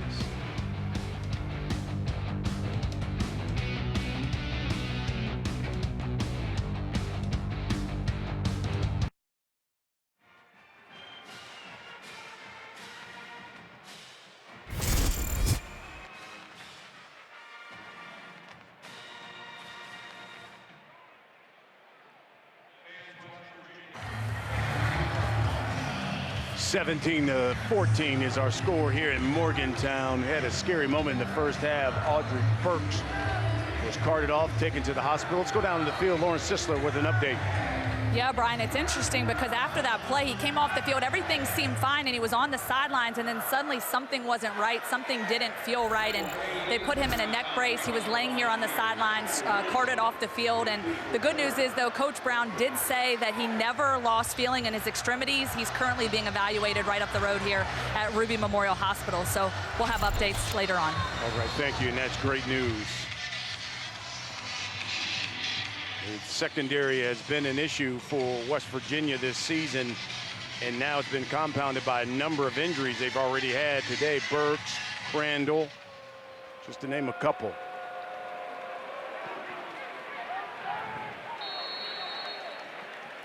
Kansas will start from their own 25.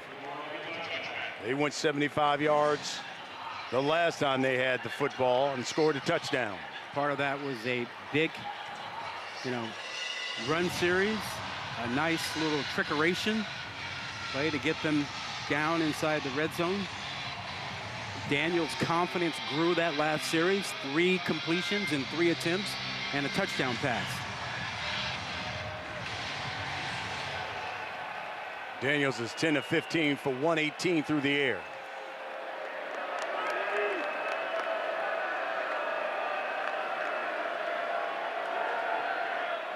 To the outside in Luke Grimm. That's easy. West Virginia, again, the free access, the easy throw on first down. Trouble in your secondary. They are playing off early. Look at that cushion. That's an easy pickup of 8, 10 yards, 7 yards. And if they're going to give you Take that, it. I was going to say, why not just be methodical and do it? Can't go broke taking a profit. I love it. I love it. You ain't said nothing slick to a can of oil. I'm telling you, man. First down. We'll call it 2nd and 3. That was a broken play. That goes right. And Daniels is still running. How about that? That's what he can do. He makes something out of nothing, and that's his best run of the day. 21 yards on a broken play. Yeah, this is supposed to be a counter. At least, Hollis thought he was supposed to get the ball. Yeah, Daniel Highshaw's like, yo, yeah. Give it to me. Yeah, it's like, what are you doing? He's like, wait. It's supposed to go to the right side. What are you doing? But they're in West Virginia territory. This time it is Highshaw. And that's why you give it to him. Highshaw down the sideline and forced out of bounds by Wilson. Oh, man, that work on the left side by that offensive line, that was a huge hole for Daniel Highshaw, who missed last week. And they're glad to have him back.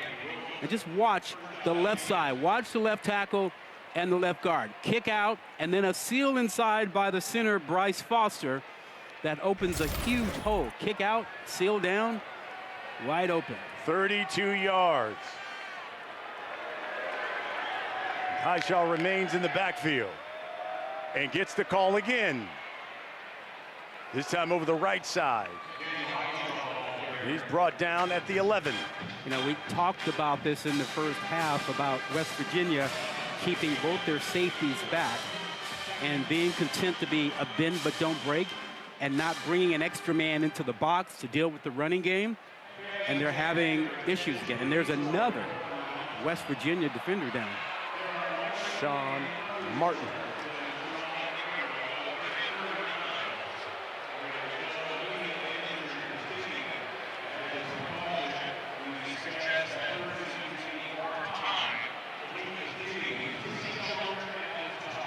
Well, they just made an announcement here at the stadium that there is storms and possibly lightning about 30 miles away from this area.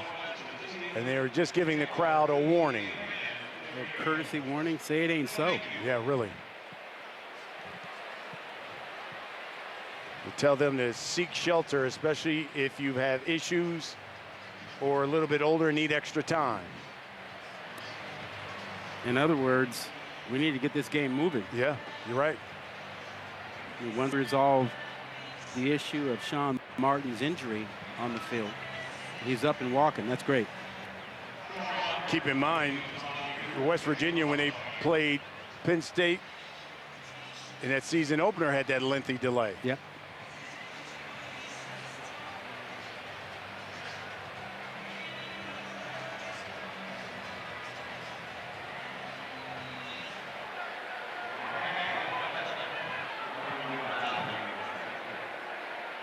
So the Jayhawks are looking at 2nd and 6. Last time they were down here, they used the width of the field to get Grimm isolated on a safety. He ran into the corner. An easy touchdown pass. Let's see how they play it this time. Same matchup, bottom of the screen. Kansas has been perfect when they get in the red zone, and they stay perfect with Highshaw. Wow. 14 for 14 in the red zone are the Kansas Jayhawks this season. And Jared Casey, the tight end, number 47, comes through, makes the key block inside to open up the hole for a high shot. And you see the motion. There is the cut block by Casey. It is hard, impossible to make a tackle when you're on the ground. You see how that thing opened up? Oh, his block was critical back to that. Tabor Allen, the senior out of Mansfield, Texas, with the extra point. Kansas, 2 possessions here in the second half, 2 touchdowns, and they take the lead 21-17 here in the third quarter.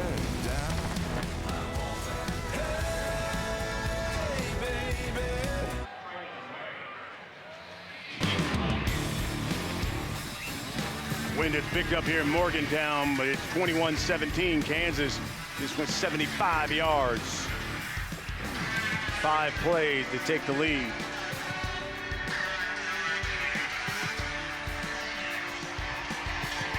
They've already made an announcement. A storm and possible lightning about 30 miles away. It's getting darker here and windier. Let's go all access with the head coach of the Mountaineers, Neil Brown. Hey, they got me mic'd up, so don't tell me the truth. Let's go. Be engaged, man. Let's go. Locked in, pad level, run your feet, exaggerate the catch, tuck it away, right? Let's go. Be ready to locked in. If it feels like it's in the air a long time, it is in the air a long time. You understand what I'm saying? Go. Play fast, eh? Play fast. Do your job, all right? Do your job. Let's go. Do your job. Be ready to go, Derek. You hear me? Be ready to roll. Let's see if the Mountaineers are ready to roll here. And there is Garrett Green. Another big pickup for the Mountaineers. The surprising thing is the way he is breaking tackles. He's running through arm tackles. He ran through a shoulder tackle in the first half for a touchdown. But that is the part that is somewhat surprising. Running through arm tackles, even kind of running through that tackle at the end. 24-yard pickup for Garrett Green. He's now run for 42. Fakes it to White. He's going to throw it. Takes a hit. And it's picked off by Mello Dotson. J.B. Brown, the hardest hitter on that Kansas defense, delivered the lick. Rolling on the field is an throw was interception. short. First down, And Kansas. now Kobe and Mello have both gotten a pick. Yeah, and if the ball is in their area, they're going to go up and make a play on it. They are both playmakers. But J.B. Brown made that play with the hit on Green. And this kept Green from getting anything on the ball. And there he is, highest point. And these two corners, Kobe Bryant and Mello Dotson, both have picks. Both came into this game as two of the better corners in college football, and they've been showing why. Second pick of the season for Mello. First for Bryant. They combined last season for 8, most that KU cornerback duos had since 2007, Aqib Talib and Justin Thornton. As Neal gets to carry. Aqib Talib, man, great college career, and just as great, if not better, NFL career. Absolutely, and will snatch your chain. Tell it to Tim Brown. The Tim Brown's chain. It will snatch your chain. You come out here wearing that chain on me. 2 possessions this half, and Kansas has gone up and down the field on this defense.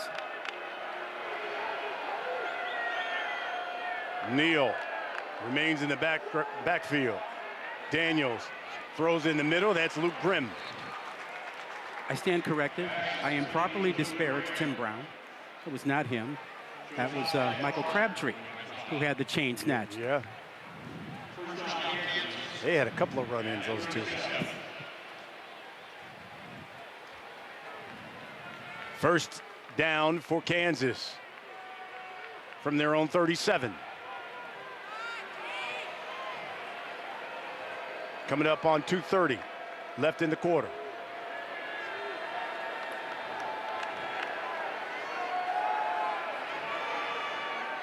Daniels to the outside. He's got Grimm. Incomplete. And Grimm looked to the inside, looked to the outside, looked back, and then the ball was thrown to the outside. You're absolutely right. He's wide open, and he couldn't find the ball. And that's just a case of the two of them not being on the same page. But Grimm is wide open. And this is thrown outside. He looks inside initially and then can't find it to the other side. You know, and these two, given the amount of time that Daniels has missed over the last couple of years in offseason, they haven't had a lot of time together. Daniels missed 9 games last season because of his back. As Neal takes it over that left side. And if you go back to 22, he missed 4 games with a shoulder injury, and those things leaked into the offseason. So when quarterbacks and receivers spend a lot of time in the spring and the summer getting used to each other, he hasn't had that time with these receivers because of those injuries. Kansas is 5 of 8 on 3rd down.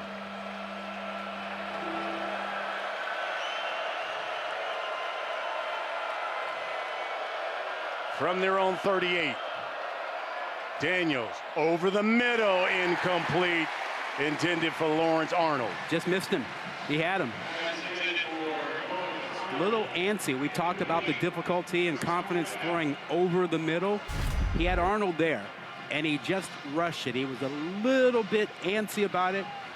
You'll see right in the middle of the field. He's open. Maybe he expected Arnold to keep moving, continue on. Again, not on the same page. Damon Graves will have to punt it away. Rodney Gallagher standing at his own 15. From his own 20. And dropped at the 22. Here are tonight's featured games. ESPN Plus, 25th ranked Texas A&M hosting Bowling Green. That's at 7:30 Eastern. Hey, Val, Arch Manning, #1 Texas hosting Louisiana Monroe. That's at 8 Eastern. Make sure you get ESPN Plus. Go to plus.com or download the ESPN app. Hey, look what Arch did now. Yeah. Why was everybody so surprised about his athleticism? Did they forget that Cooper Manning is his dad?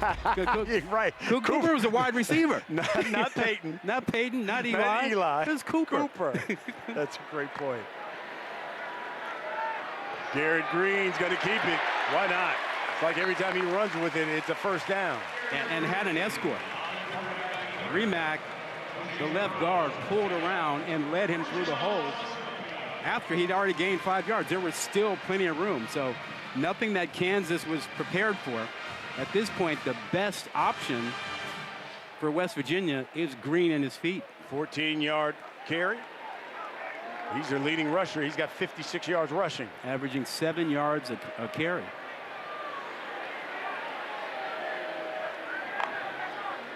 Oh, Jaheim White split out, and it's a false start.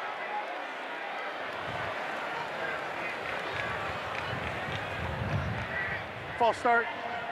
Offense number 66. 5-yard penalty, first down. Let's go down to the field. Here's Lauren.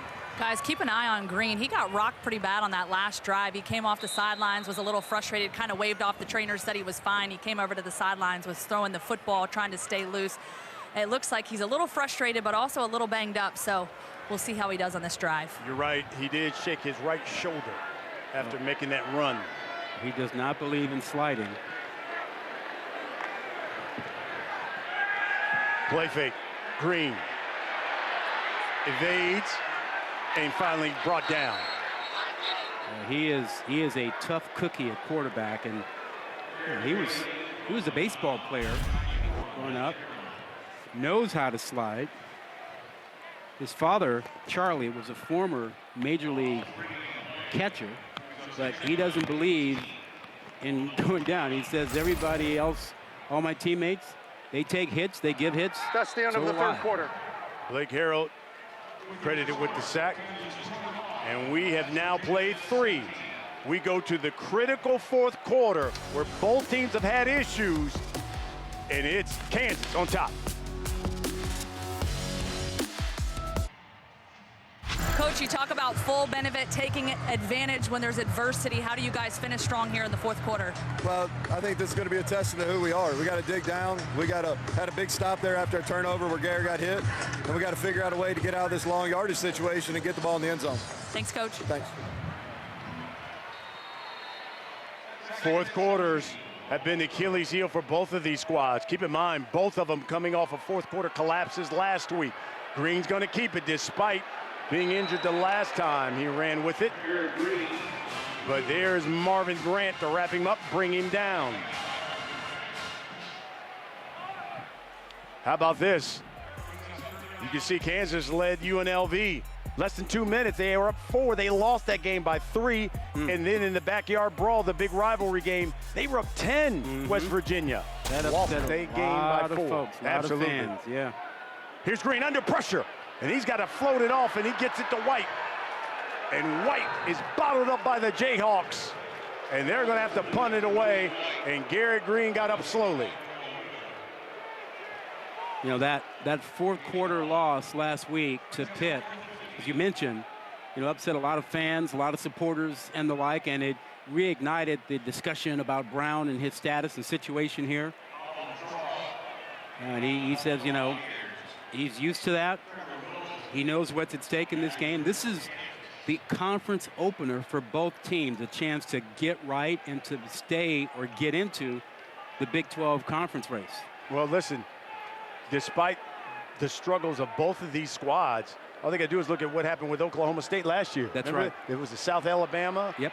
Right before they began conference play. They opened conference play with a loss. Yep. And then rolled off like 5-6 wins, ended up in the championship. Well, and both these coaches have cited that to their team, saying, look, you know, we're a long way from being out of this. We just need to get right today, and then we can get on a streak here, just like Oklahoma State did last year. Let's take a look at the college football rankings brought to you by Chick-fil-A. Ohio State is all of a sudden opened up their lead over Marshall. And, of course, you've got a number of games taking place this evening. 33-yard punt, and now it is the Jayhawks with the football from their own 35. And it's Devin Neal right up the middle. Josiah Trotter makes the stop. And for Kansas, you're trying to end this streak of one-possession losses. They've had 2 straight losses here. 1 possession has been the margin of those losses. Well, when they've been good today, they've had long drives, you know, 75 yards, and so 10, 12 play drives, and been able to run the football. Let's see if they can duplicate that now. Daniels spins out. He's going to throw on the run, and that's incomplete. He has not had time. I don't blame him for being, you know, a little frustrated. I mean, he's just been under fire, running for his life all day as a passer. And if we were worried about his confidence coming in, he's justified now, maybe not having enough confidence in the offensive line the way that he's been running around back there. 5 of 8 in the second half. been off target on his last 3 throws. Kansas 5 of 9 on 3rd down. Someone got to jump up top, but it's complete to Jared Casey, the tight end. That is a good throw. That is a throw on a little tight end slant, and it was a bullet. I mean, he threw this one with authority. He wasn't worried about underneath coverage. He sees exactly what he needs. He saw how this time he started looking to his left, didn't see it, came back to his right. Quick game. He's been good with the quick game.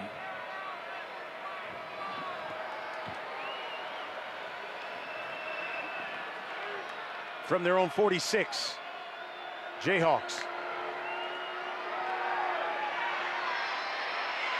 Daniels just tosses it to Neal and picks up a couple. Well, coming up later on ABC, you watch 16th ranked LSU and UCLA, and that's at 7:30. You got number 6 Tennessee taking on 15th ranked Oklahoma. You can always watch it on ESPN Plus as well. These are a couple of outstanding games, Tennessee and Oklahoma. That's an SEC battle now in 2024. Coach Heupel coming back to where he was a legend there at Oklahoma. He'll run the option. Speed option. Daniels is going to keep it. He crosses midfield in West Virginia territory at the 46. 6-yard pickup. Haven't seen a lot of the option, and you know, the really good coaches save something for late in the game to show the opposition they haven't seen. The speed option is that play right now for Jeff Grimes, the offensive coordinator, bringing that back into the mix. Something that West Virginia hasn't seen this game, really. 3rd and 2. 2 tight ends for Kansas. Play fake to Neal. Throw to the outside, too high for Trevor Cardell, who was out of bounds. Be surprised with that call with a 3rd and 2 like that, a chance maybe to be in a 2-down situation, to run it a couple times. I'd give it to Neal. I would have given it to him on that 3rd down and then try to see what you had on 4th. And they're going to have to go for it here. I think that's my point. If you've already decided that you're going for it on 4th down, then you need to run it on 3rd down. That was a heck of a catch by Cardell. Too bad it was out of bounds. Yeah, and they're going to kick it. Yeah, now they run the punter in, Damon Graves.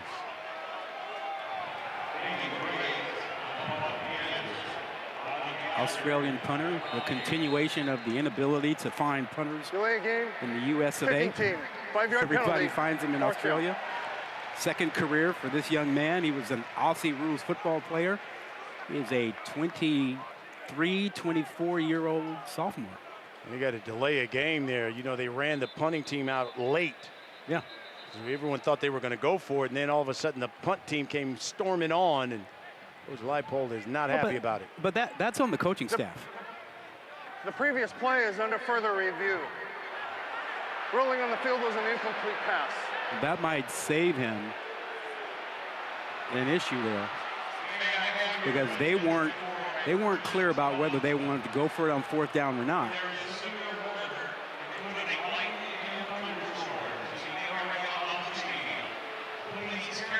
Well,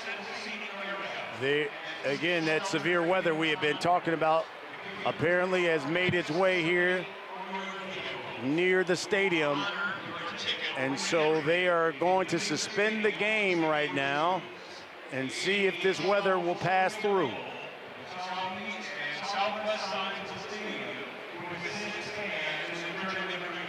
For West Virginia, this is the 2nd time this has happened. It happened when they played Penn State in their season opener, and it was a lengthy delay. Hopefully this one will be a lot shorter. A lot on the line in this ball game, and you know, players would like to keep playing and stay focused and stay warm. You'll have to, depending on how long this delay could be, it's almost like starting a game over if you have to really warm up all over again. By the way, they're still reviewing that play before. Kevin Marr, you see him there. And it was a one-handed grab by the tight end, Trevor Cardell. It's a nice catch. Was he in bounds?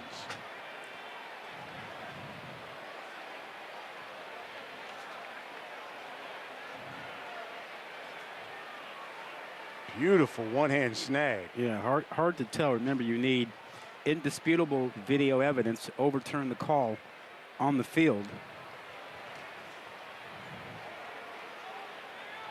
Great one-handed grab. It's about where the feet when he had possession of the football.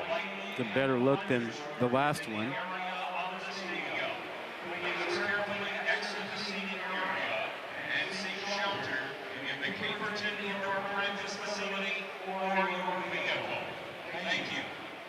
After further review, the previous pass play stands. It'll be 4th down. Not enough When we return. evidence. So it will be 4th down when we resume play. Let's take a look at today's player spotlight. It is brought to you by Febreze and partner. What about Devin Neal? 96 yards, 21 carries thus far in the touchdown. I think most of the country does not know about Devin Neal and what he's done for Kansas. I mean, he has a chance to own pretty much every rushing record, including season rushing record there, and he's been the guy for them in critical situations. 96 yards, 4.5 yards, 4.6 yards per carry. I would imagine we get this game restarted, he's going to have to be big in the 4th quarter if Kansas is going to hang on to their 4-point lead.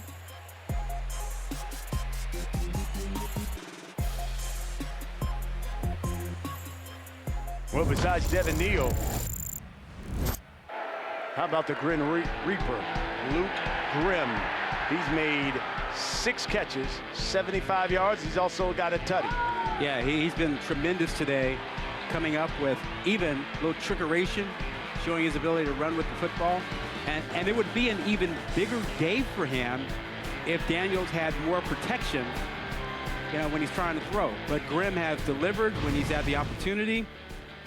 And it's everything Kansas has needed in their passing attack. A guy to step up and make plays, and he's done that today. West Virginia has dominated this series. They've won 10 of the last 12 meetings. The last time these two programs played 2 years ago, right here in Morgantown, and it was Kansas who won it in overtime. In fact, West Virginia 6-1 against Kansas here in Morgantown.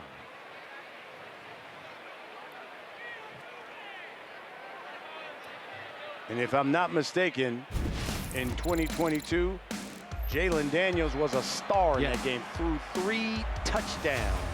Well, that was a game that announced him as a superstar. Here it is, September of that year. And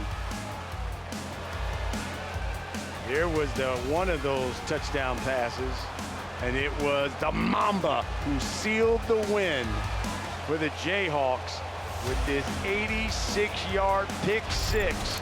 And it was the Jayhawks who beat West Virginia 55-42. Jalen Daniels was a baller. Yeah. Threw for 219, 3 touchdowns through the air. Yeah, ran for 85. And that's when people started talking about this dual threat that's going to have a remarkable career at Kansas. That was his coming out game.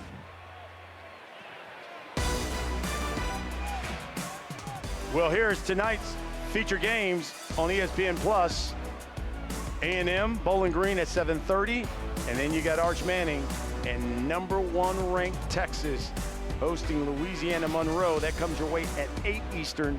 Make sure you get ESPN Plus. Go to plus.com or just download the ESPN app. So we are in a weather delay here in Morgantown, and it's the Jayhawks up 4. 2 teams at 1 and 2. It is the Big 12 Conference opener. Crucial game for both of these programs. Take a break.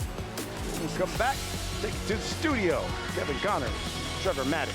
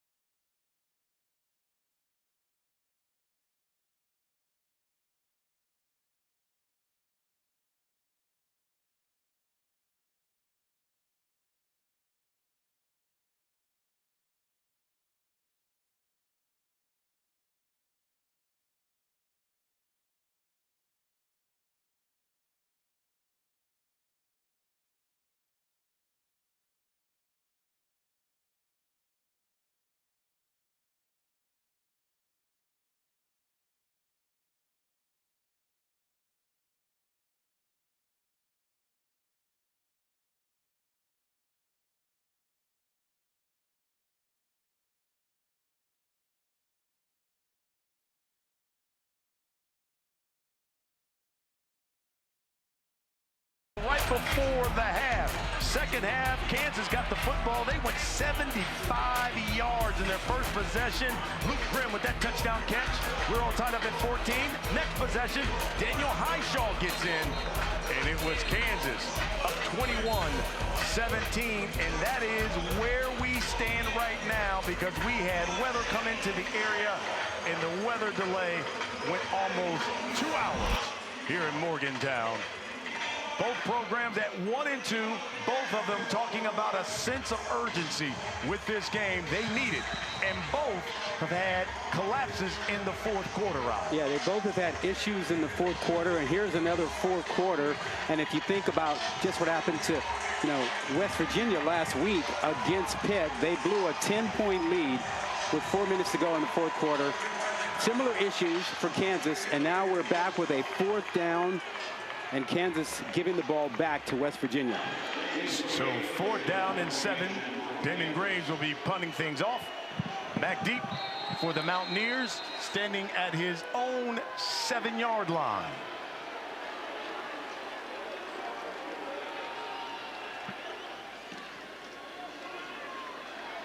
And calling for the fair catch. That's Preston Fox.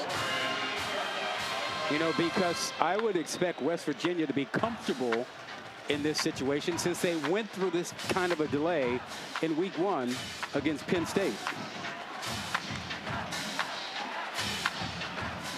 Garrett Green has run it 10 times for 55 yards, 9 of 20, 209 yards passing. He's got a couple of interceptions. Jaheim White with him in the backfield. He's got a bunch set at the top of your screen.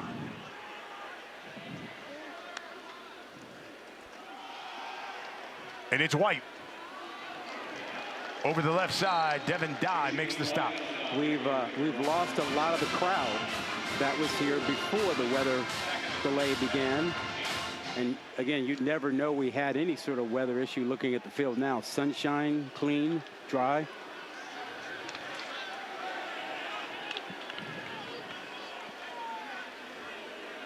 Second and 6 coming now for the Mountaineers. Green to keep it. And coming off that edge is Marvin Grant. To stop him as he got to the line of scrimmage, and that's it. I wonder how well Kansas reacts to this delay, how they feel about it, how warmed up they are, what kind of continuity, execution that they can bring to bear here after sitting for a while. So far, the defense looks like it's handling it okay. This is 3rd and 5 from their own 14. Green in and out of the hands of Gallagher. Let's go down the field and Lauren. Yeah, guys, I think both teams had a plan going in. Of course, West Virginia said they've been through this before. I talked to their GM, Drew Fabianich. We talked to him yesterday, Brian. You remember in the locker room, he said, really, they just take the pads off. They stay warm.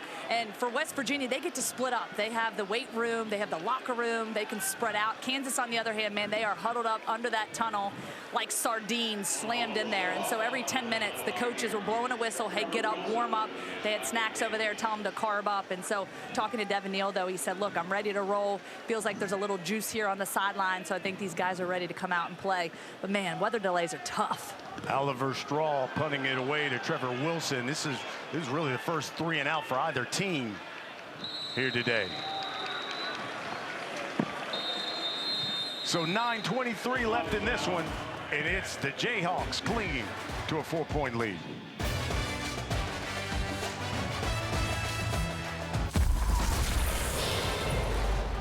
Well, this season, Allstate will celebrate every field goal extra point made by participating universities by making a donation to the university's General Scholarship Fund, and we thank you, Allstate.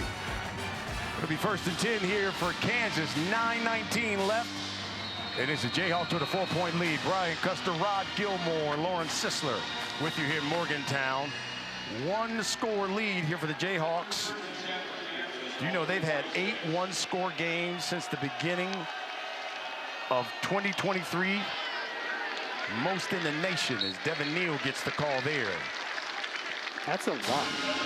That's a lot of one score. You know, it's funny, you know, talking to their staff, they talked about the fact that they don't have a huge margin for error this season or last season. There's 3 to 5 plays a game that makes the difference in winning or losing for them, and they were the beneficiary of a lot of those last year, and they've not been a beneficiary this year. Devin Neal with that carry now has over 4,000 yards in his career from line of scrimmage. That's second in the nation among active players. Only Marquez Cooper, San Diego State, has more. And he looks to add to it. Lowers his shoulder. And he's close to the line of game. Maybe a yard shy. Jalen Daniels is very good at that option. He ran a little bit of everything for Kansas. Quarterback who was under the radar coming out of high school. He was in the same class with some pretty talented quarterbacks. Bryce Young, DJ Uiagalelei down there in Southern California. They got all the stars and recognition. He didn't. And speaking of Devin Neal, he's now gone over 100 yards rushing. He's gone over 100 all 4 games this season for Kansas. 3 tight ends for the Jayhawks. Diamond formation. And it's Neal, and he's met right at the line of scrimmage by Josiah Trotter. And the redshirt freshman who hurt his left knee makes the stop in the first half of the game. Yeah, good movement by the defensive line. They were slanting to the left side of the defense, opened up the lane for Trotter, and now you've got a 4th down and short. Now, if they miss this, it'd be really good field position for West Virginia, but I think you absolutely, given the situation, Kansas, this is a worthwhile gamble. Analytics say go. Daniel Highshaw in. They're going to run the option. Pitches it to Highshaw. He cuts back. He's got a first down and more, and brought down at the 35-yard line. Yeah, and credit Jared Casey, the tight end, number 47. Good block, kicking out the defender so that there was a cutback lane for the first down. Now watch the block to the edge. That is the block that drives out the defender, and that was the safety, Anthony Wilson Jr. He just kicked him out. So there was plenty of room for Highsmith to Highshaw to get back in and pick up the first down. 1st and 10 for Kansas from the West Virginia 34. They'll keep it on the ground. If you are West Virginia, you can't give up a touchdown here. You can't give up anything more than 3. A 2-score game this late, you may not have enough possessions to get back. The way that, you know, Kansas has burned up the clock today in the second half, you have to get a stop, or you have to hold Kansas to a field goal.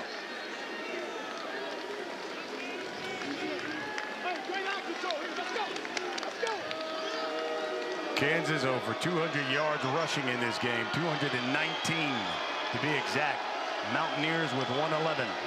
And Daniels and company cannot take a loss here. They flip it to Grimm on the end around. Grimm down the sideline. The Grim Reaper has struck again.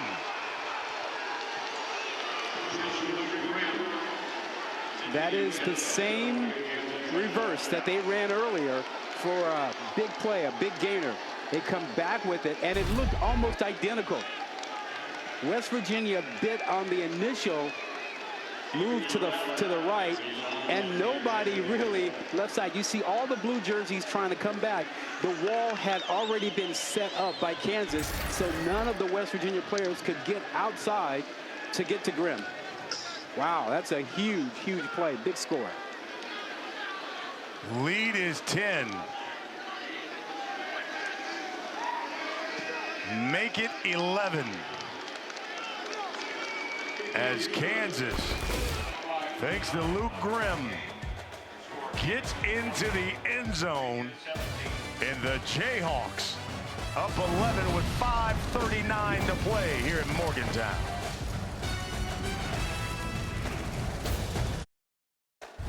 ESPN College Football is brought to you by Sling. Choose and customize your channel lineup. Sling lets you do that. And AutoZone. Get in the zone.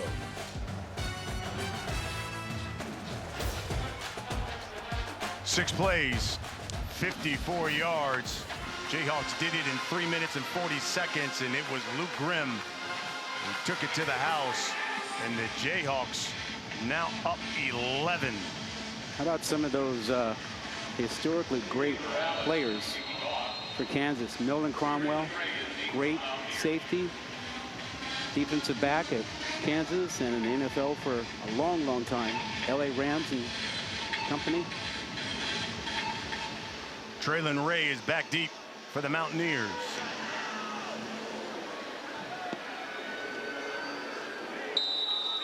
You know, I'm a little surprised that West Virginia didn't come out a little bit better than Kansas, given that West Virginia had every advantage. I mean, they've been through a delay before. They're at home, as Lauren mentioned, their own locker room, their own snacks, their own weight room, all that, while Kansas was over in a small visitor's locker room, hadn't had a delay before, and cramped around, and they pulled it together to really jump on West Virginia to start this restart of the game. Well, let's see what West Virginia has. Their last 3 drives: interception, a punt, and then a 3 and out. Yeah, not good. Garrett Green over the middle, and caught by Hudson Clement. And they'll go with the hurry up. Yeah, they have to. There's not enough time to have more than 2 possessions, probably. So they need to hurry now and get a score and hope they can get a 3 and out and get at least another possession. Again over the middle, and Gallagher. Rodney Gallagher makes the catch. Very soft zone coverage by Kansas, and Green doing a nice job of finding the seams. And again, well protected. Let's see how much pressure we get. Here it comes. Here he comes. Green hit as he throws it, and incomplete. You see, Kansas changed up at that point. You know what? We're not going to just sit back and watch them go down the field with the quarterback not being effective. So that time they brought 5. 2, 4, 5, and an extra, actually 6 coming in, as J.B. Brown was the last one to get in there.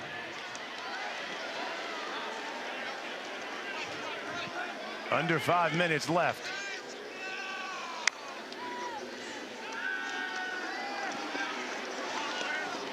To the outside, incomplete.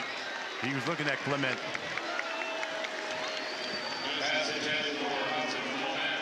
I've always been a believer that in these situations defensively, you cannot rush 3 and drop 8. It just gives the quarterback too much time. You know, he can see the field too well, too much pressure on your secondary. You have to bring at least 4 in these situations.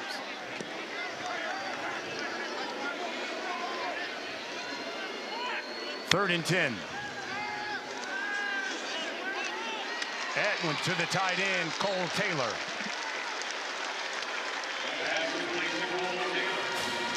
That was right at the stick. Is that Cole Taylor's first catch? First catch wow. of the day.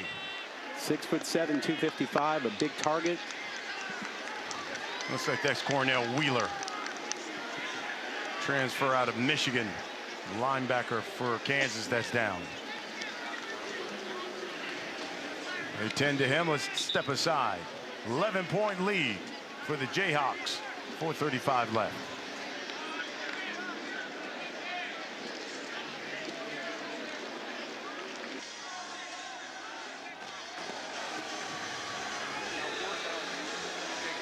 Had a 2-hour weather delay here in Morgantown, but we've resumed action here in the 4th quarter.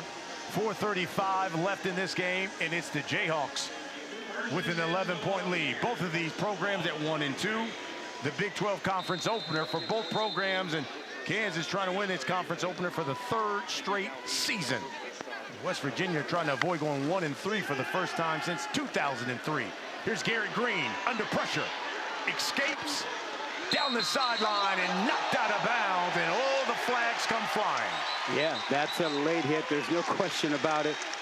That was Grant coming across, Marvin Grant, the 5th-year senior from the safety spot, and Green was clearly out of bounds. 2-3 steps worth of out of bounds. After the play was over, personal foul, late hit, out of bounds. Defense number 4, half the distance to the goal, automatic push down. That is a big play. It gives West Virginia a lot of life, gives them some yardage here, and they've got a chance to get into the end zone pretty quickly. This drive has not taken a whole lot of time.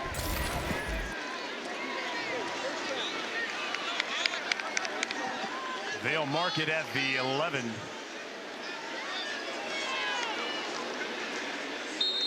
So if you're West Virginia, you can still get a first down at the 1. Well, they've done a nice job in this 2-minute offense to get down the field in a hurry.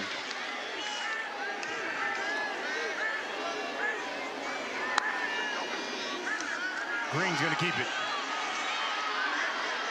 Breaks a tackle, and another one slides out of bounds inside the 10. Well, the most important thing is that he cut out of bounds, saved some time off the clock temporarily. The clock continues to run once the ball is spotted. We'll call it 2nd and 7. They place it at the 8. The tight end in the slot. And that's incomplete.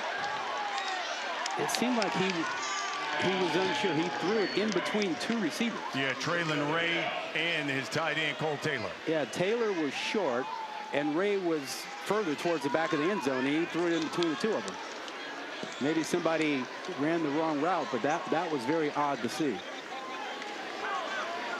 3:30 left in the game.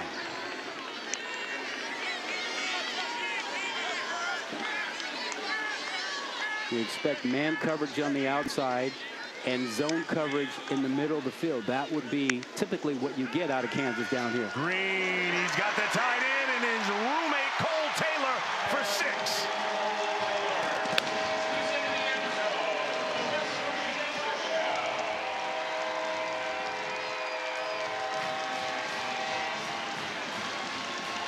And that was exactly the coverage they got. And they ran the corner who was over in man coverage toward the inside. And so Taylor was matched up with the linebacker heading outside who was trying to catch up from being in zone coverage. A mismatch, great read by Green, and the touchdown. 2 tight ends come in as West Virginia will go for 2 here.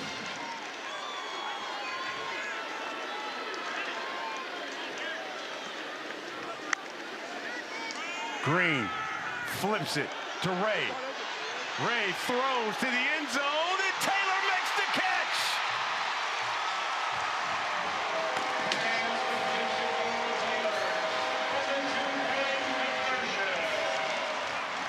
We've been asking about that tight end, and he's come up big here in the past minute. Where's he been all game? The whole game he's been ignored until now, late in the game when they need it. And he comes up big with a touchdown catch, and then equally as big with a 2-point conversion. And how about this trickeration and the decision to throw this? I mean, this is a great play after you see the touchdown catch by Taylor, but the 2-point play, a little trickeration, and come back around, and then the last second decision there by Ray to toss it up high to his 6'7" tight end. Beautiful. Looked like a quarterback on that. Lead is now just 3 and 3:27 to play. Big decision. Are you confident with your defense and you kick this off, hoping that you can get a stop and get the ball back? Or are you going to onside kick?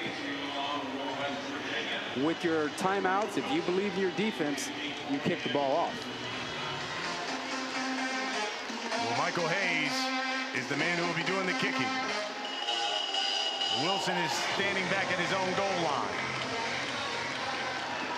Hayes is going to kick it. Wilson from his own 7. Cross midfield. Oh, he gets blocked. Whoa, what a pop he took at the 19. That's another whop, whop, whop. Wow. Talk about your special teams play of the day. It's a big hit. As we take a look at the last drive here for Kansas, result was 6. Yeah, it was the trickeration with Grimm on the reverse that capped off that drive. Well, here's Daniels, Devin Neal. They'll go to Neal. Cut back. Breaks a tackle. That's a hard 3 he picked up. You're West Virginia, you've got 3 timeouts plus the 2-minute timeout. You might think about using a timeout to save some clock for your offense.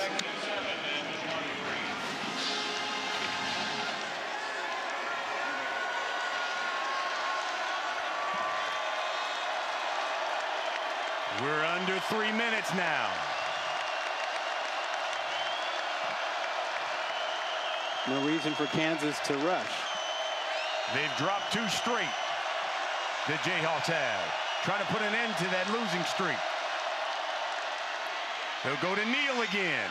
Over the right side. 3rd down coming. Anthony Wilson makes the stop for the Mountaineers. West Virginia finally uses a timeout. I thought they might have used one earlier and saved a good 30 seconds on the clock.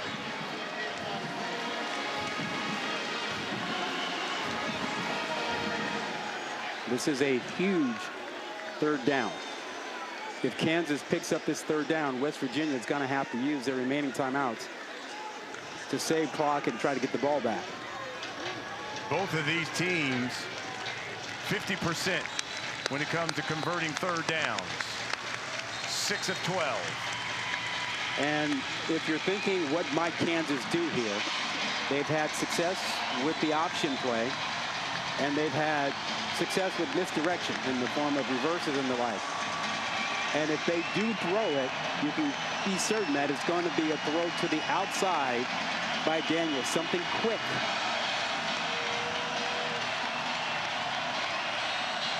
Third down and 4. Kansas up 3. Showing man coverage on the outside. From their own 26.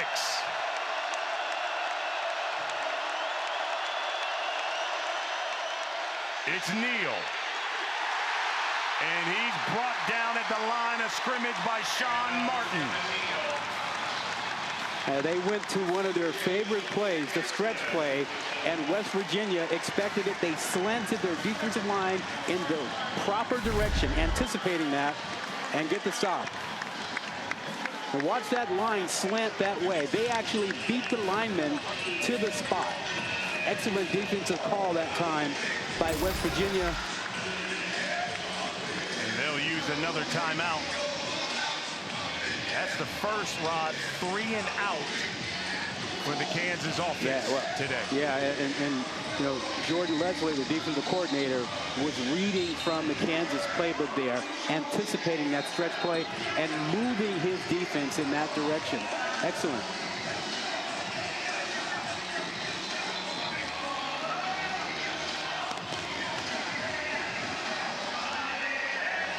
So Damon Graves will come in to kick things away. West Virginia will have 1 timeout left plus the 2-minute timeout. So Preston Fox is back deep at his own 30.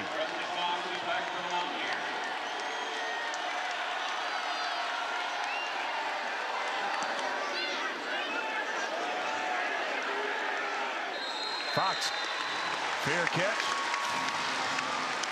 at his own 33. We've talked about the 4th quarter, how both teams have had issues in the 4th quarter. Both coaches stressed to us, we got to win the 4th quarter. Yeah, and you always save something for the 4th quarter as a staff. Defensively for Kansas, now is the time for that blitz or that coverage you haven't shown earlier to try and confuse Garrett Green. And for West Virginia, there may be a play that they have not run, or they have not run since the 1st quarter. They might want to come back to now. Hudson Clement has been the guy when you talk about throwing the football. Yep. Jaheim White is in the backfield alongside Garrett Green. Rodney Gallagher in motion. Green under pressure, rolls right. He's got a lot of field ahead of him. And that should be enough for a 1st down. Well, you knew he wasn't going to slide. He just doesn't believe in it. Dean Miller got the stop. They'll get to the line of scrimmage. I don't think they get that off. They will not. We get to the 2-minute timeout.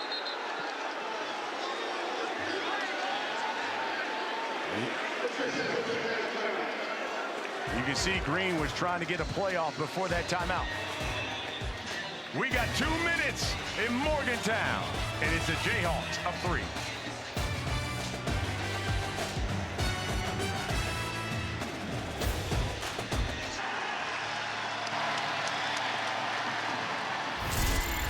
Will the redshirt senior Michael Hayes play a part in this game? Mountaineers down 3.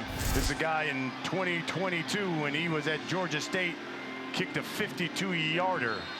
But here in West Virginia, his career long, well, about 49 yards. That was last year. His long this season is a 44. If I'm West Virginia, I'd like for him to have that same kick if necessary. They're coming after Green over the middle. That's complete to Clement. And he's in Jayhawk territory. I'll tell you, Clement has been the unsung hero for West Virginia, the way he has caught the ball and run routes. And he's had some matchups today. He's been working over there against Mello Dotson, and he's beaten him a couple times on that slant. Minute 40. Jet sweep. Gallagher.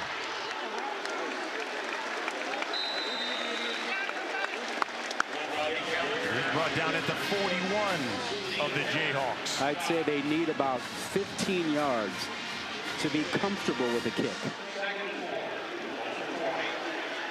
Minute 20.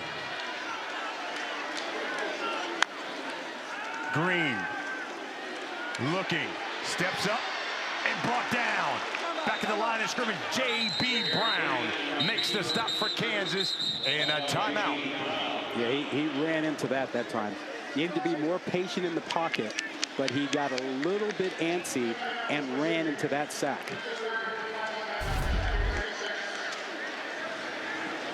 Now, he was not really stressed right here. Plenty of time, take your shot, but he starts to panic and figures he needs to take off and didn't realize J.B. Brown was sitting there as a spy. Yeah, I was going to say, J.B., you can see he's the spy. Yeah, he's lurking right there in the middle of the field, just watching every move.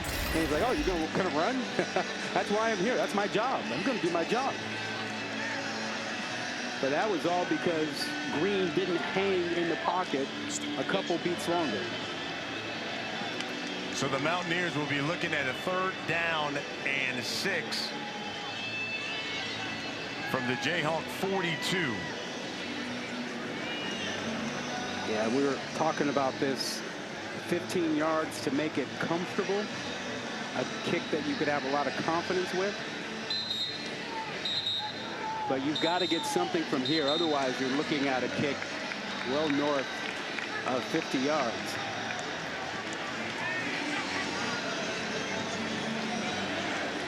From this spot right here, you're looking at a 60-yarder. When you look at Hayes' career from 50-plus, 1 of 4. So if you don't make the first down, you have got to pick up enough yardage to make the kick at least possible. Well, let's see if they go to Cole Taylor in the slot at the bottom of your screen. That's a good matchup, you point out. 50% on 3rd down, 6 of 12 is what the Mountaineers have done here today. Man coverage. He's looking. He's going to take off. He's got a 1st down. Cuts back and brought down at the 29. Devin Dye makes the stop. Garrett Green has done it all day with his legs. Green again, looking, and will take off again. Upended by Kobe Bryant. That is from right there. That is a 42-yard field goal attempt. And you got to let the defense line up and get set.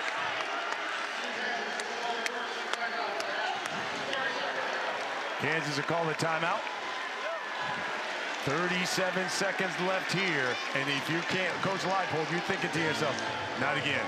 Listen, We've had these one-score possession games, and they're coming in on that 2-game losing streak. They want to put an end to that. Well, let's not forget, this is a must-win game For both of them. And this is the opener in the Big 12. And remember, this is 2024. This is not 2023. 12-team playoff. If you win the Big 12, you will get in the playoff.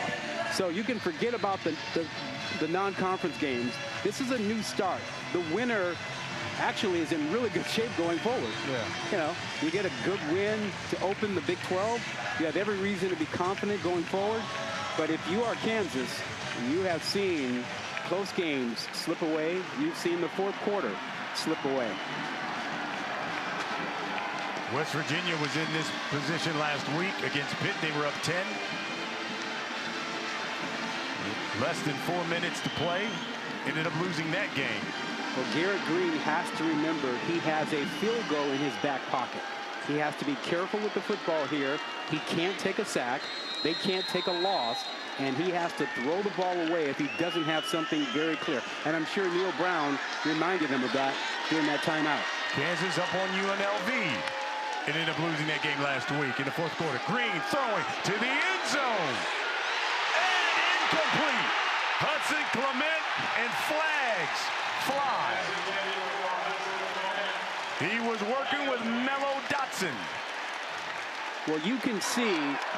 Pass interference. Defense number 3. 15-yard penalty. Automatic first down. As the game wore on, West Virginia got more and more confidence working Graham against Dotson. And this was simply, you go, man, and I'm going to throw the ball up, and you see if you can make a play. They got the single coverage on Dotson, and Dotson normally finds where the ball is, but this time he was in a trail position, could not find the ball, was holding the shoulder pad. You're going to get flagged every time that way. First and goal for West Virginia from the 10.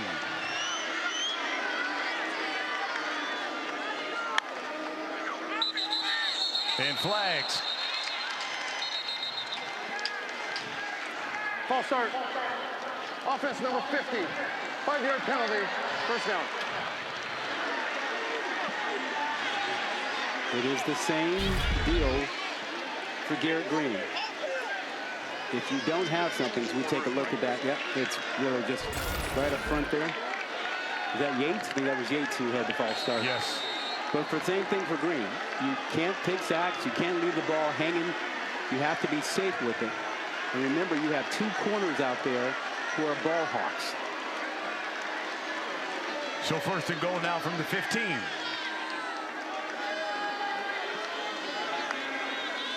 Taylor in motion.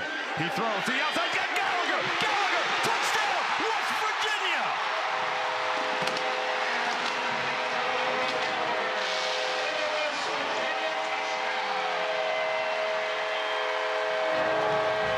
The sophomore out of Pennsylvania. First career touchdown catch. And the Mountaineers go up 3. And once again, another heartbreaking fourth quarter collapse for the Jayhawks. And for Kansas, 2 tremendous fourth quarter drives by the quarterback, Garrett Green. Showed toughness, composure, and put the ball on the money.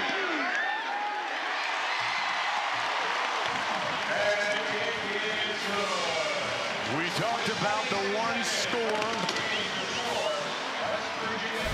drama that Kansas has had, but West Virginia, how about 15 points here in the last 3 minutes, Rod? Yeah, it's really something. You get Gallagher kind of creeping out to that side after the wide receiver ran inside, and that pulled Dotson inside, and really he had no choice but to try to come over late. That was not his guy. A tremendous play call, great throw. And how about West Virginia bouncing back from blowing a fourth quarter lead last week to being down now, coming back with 2 impressive drives in the hurry-up offense to take the lead with 26 seconds to go. Give Chad Scott, the offensive coordinator of West Virginia, some credit for his play calling. They did a great job getting Cole Taylor involved in the game. And then Gallagher showing up with the mismatches he was able to create. Impressive.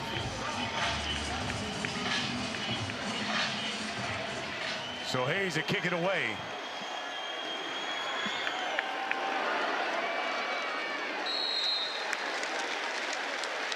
And the Jayhawks will have 26 seconds and 75 yards. They've got 2 timeouts.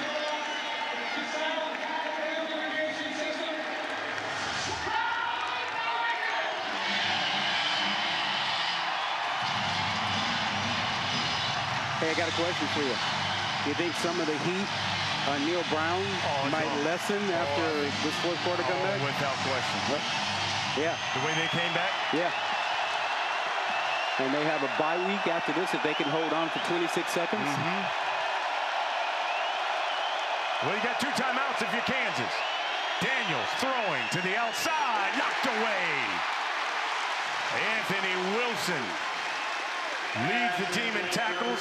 And listen, the coaches that tell you, out of everyone in that secondary, that young man's playing the best. Yeah, the transfer from Georgia Southern.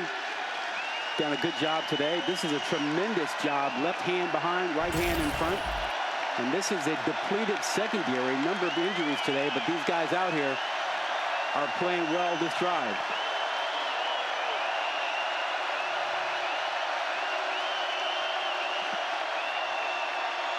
Daniels looking for Grimm. Grimm. Oh, that's Arnold who makes the catch. All 6'3" of him. And again, at some point, zone coverage becomes man-to-man coverage. And even though they're playing zone, at some point, you are stuck one-on-one. And really good job of Daniels just to put the ball up and give Arnold a chance to make a play. 15 seconds gives you time for 2 plays at least. 36-yard pitch and catch. 2 timeouts for Kansas. You can throw over the middle and stop the clock. From the West Virginia 39, Daniels knocked away. Tyron Bradley Jr. comes up with the play and saves the game for the Mountaineers.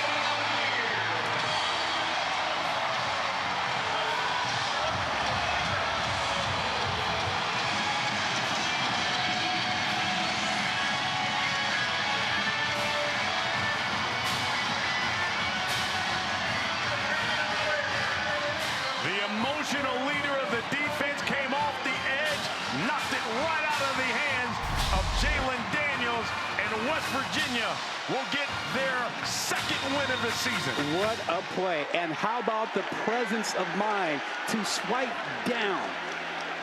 He knows exactly where that ball is, and Bradley Jr. swipes down, knocks it out, and ends the game essentially for West Virginia. That is, there's no question, that is a fumble. Arm was not moving forward before the ball was knocked out. Kevin Marr wants to take another look. That is such presence of mind on the pass rush by Bradley. He's a senior. After further review, ruling on the field is confirmed. First down, West Virginia.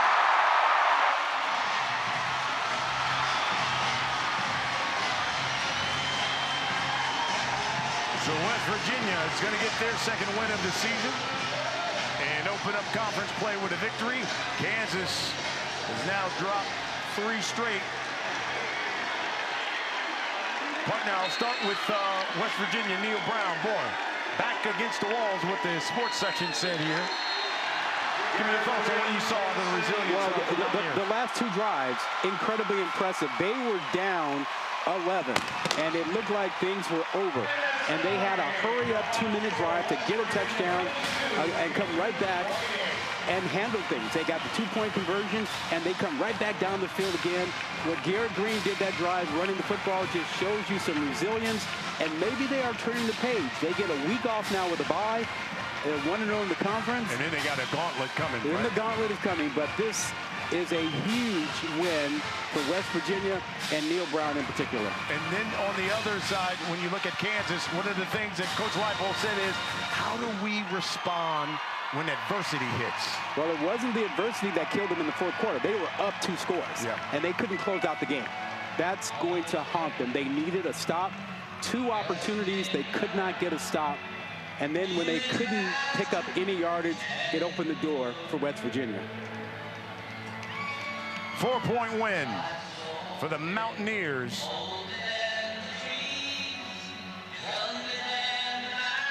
As they come back and get the victory. Let's go down to the field and our Lawrence Sisler with the winning coach, Neil Brown. Coach Neil, they were just talking about it in the booth. The newspaper saying the back's against the wall. And look, here you are getting the win today. How big is this one for your football team? It's huge, and our backs are against the wall, especially after not coming out and doing very well the first drive after the lightning delay. But I knew we had the right kind of character guys on our team. I knew we had really good leadership. We know what we're doing as a staff, and I'm so proud of our guys for just finding a way to finish. What do you think the big key was for your guys to get it done, especially here late? We got Garrett Green, and they don't. I mean, I'm serious. Like, he's got a little special quality, and man, he just found a way. There's nobody better in 2-minute offense than we have been the last 2 years. All right, let's bring in Garrett. Garrett, come on over here real quick. Looks like you're having a good time over here. Who was that little kid you're tossing around there? It's Coach Brown's little one, Dak. His little one. Big win for you guys. How did you get it done? That toss over to Gallagher, I know that was huge for you guys. Yeah, I think it shows the resiliency of this group. You know, first 3 weeks didn't really go as planned, but you know, we stayed consistent to the work. Got a great win against a great Kansas team going into the bye week. So, you know, now we rest up and then get ready for Oklahoma State.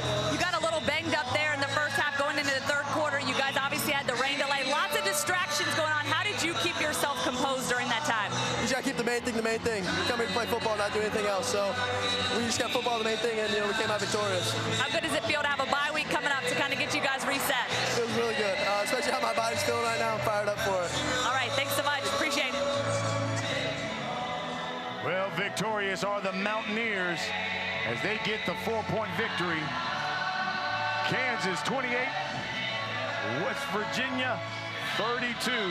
Thanks to Garrett Green and company, who come back in the fourth quarter this time and get the victory. Thank you for watching. From my partner, Rod Gilmore, Lawrence Sisler, spotter Darren Bridges, stats Joe Castellano, Tim McDermott, I'm Brian Custer. Thanks for watching. Good night from Morgantown.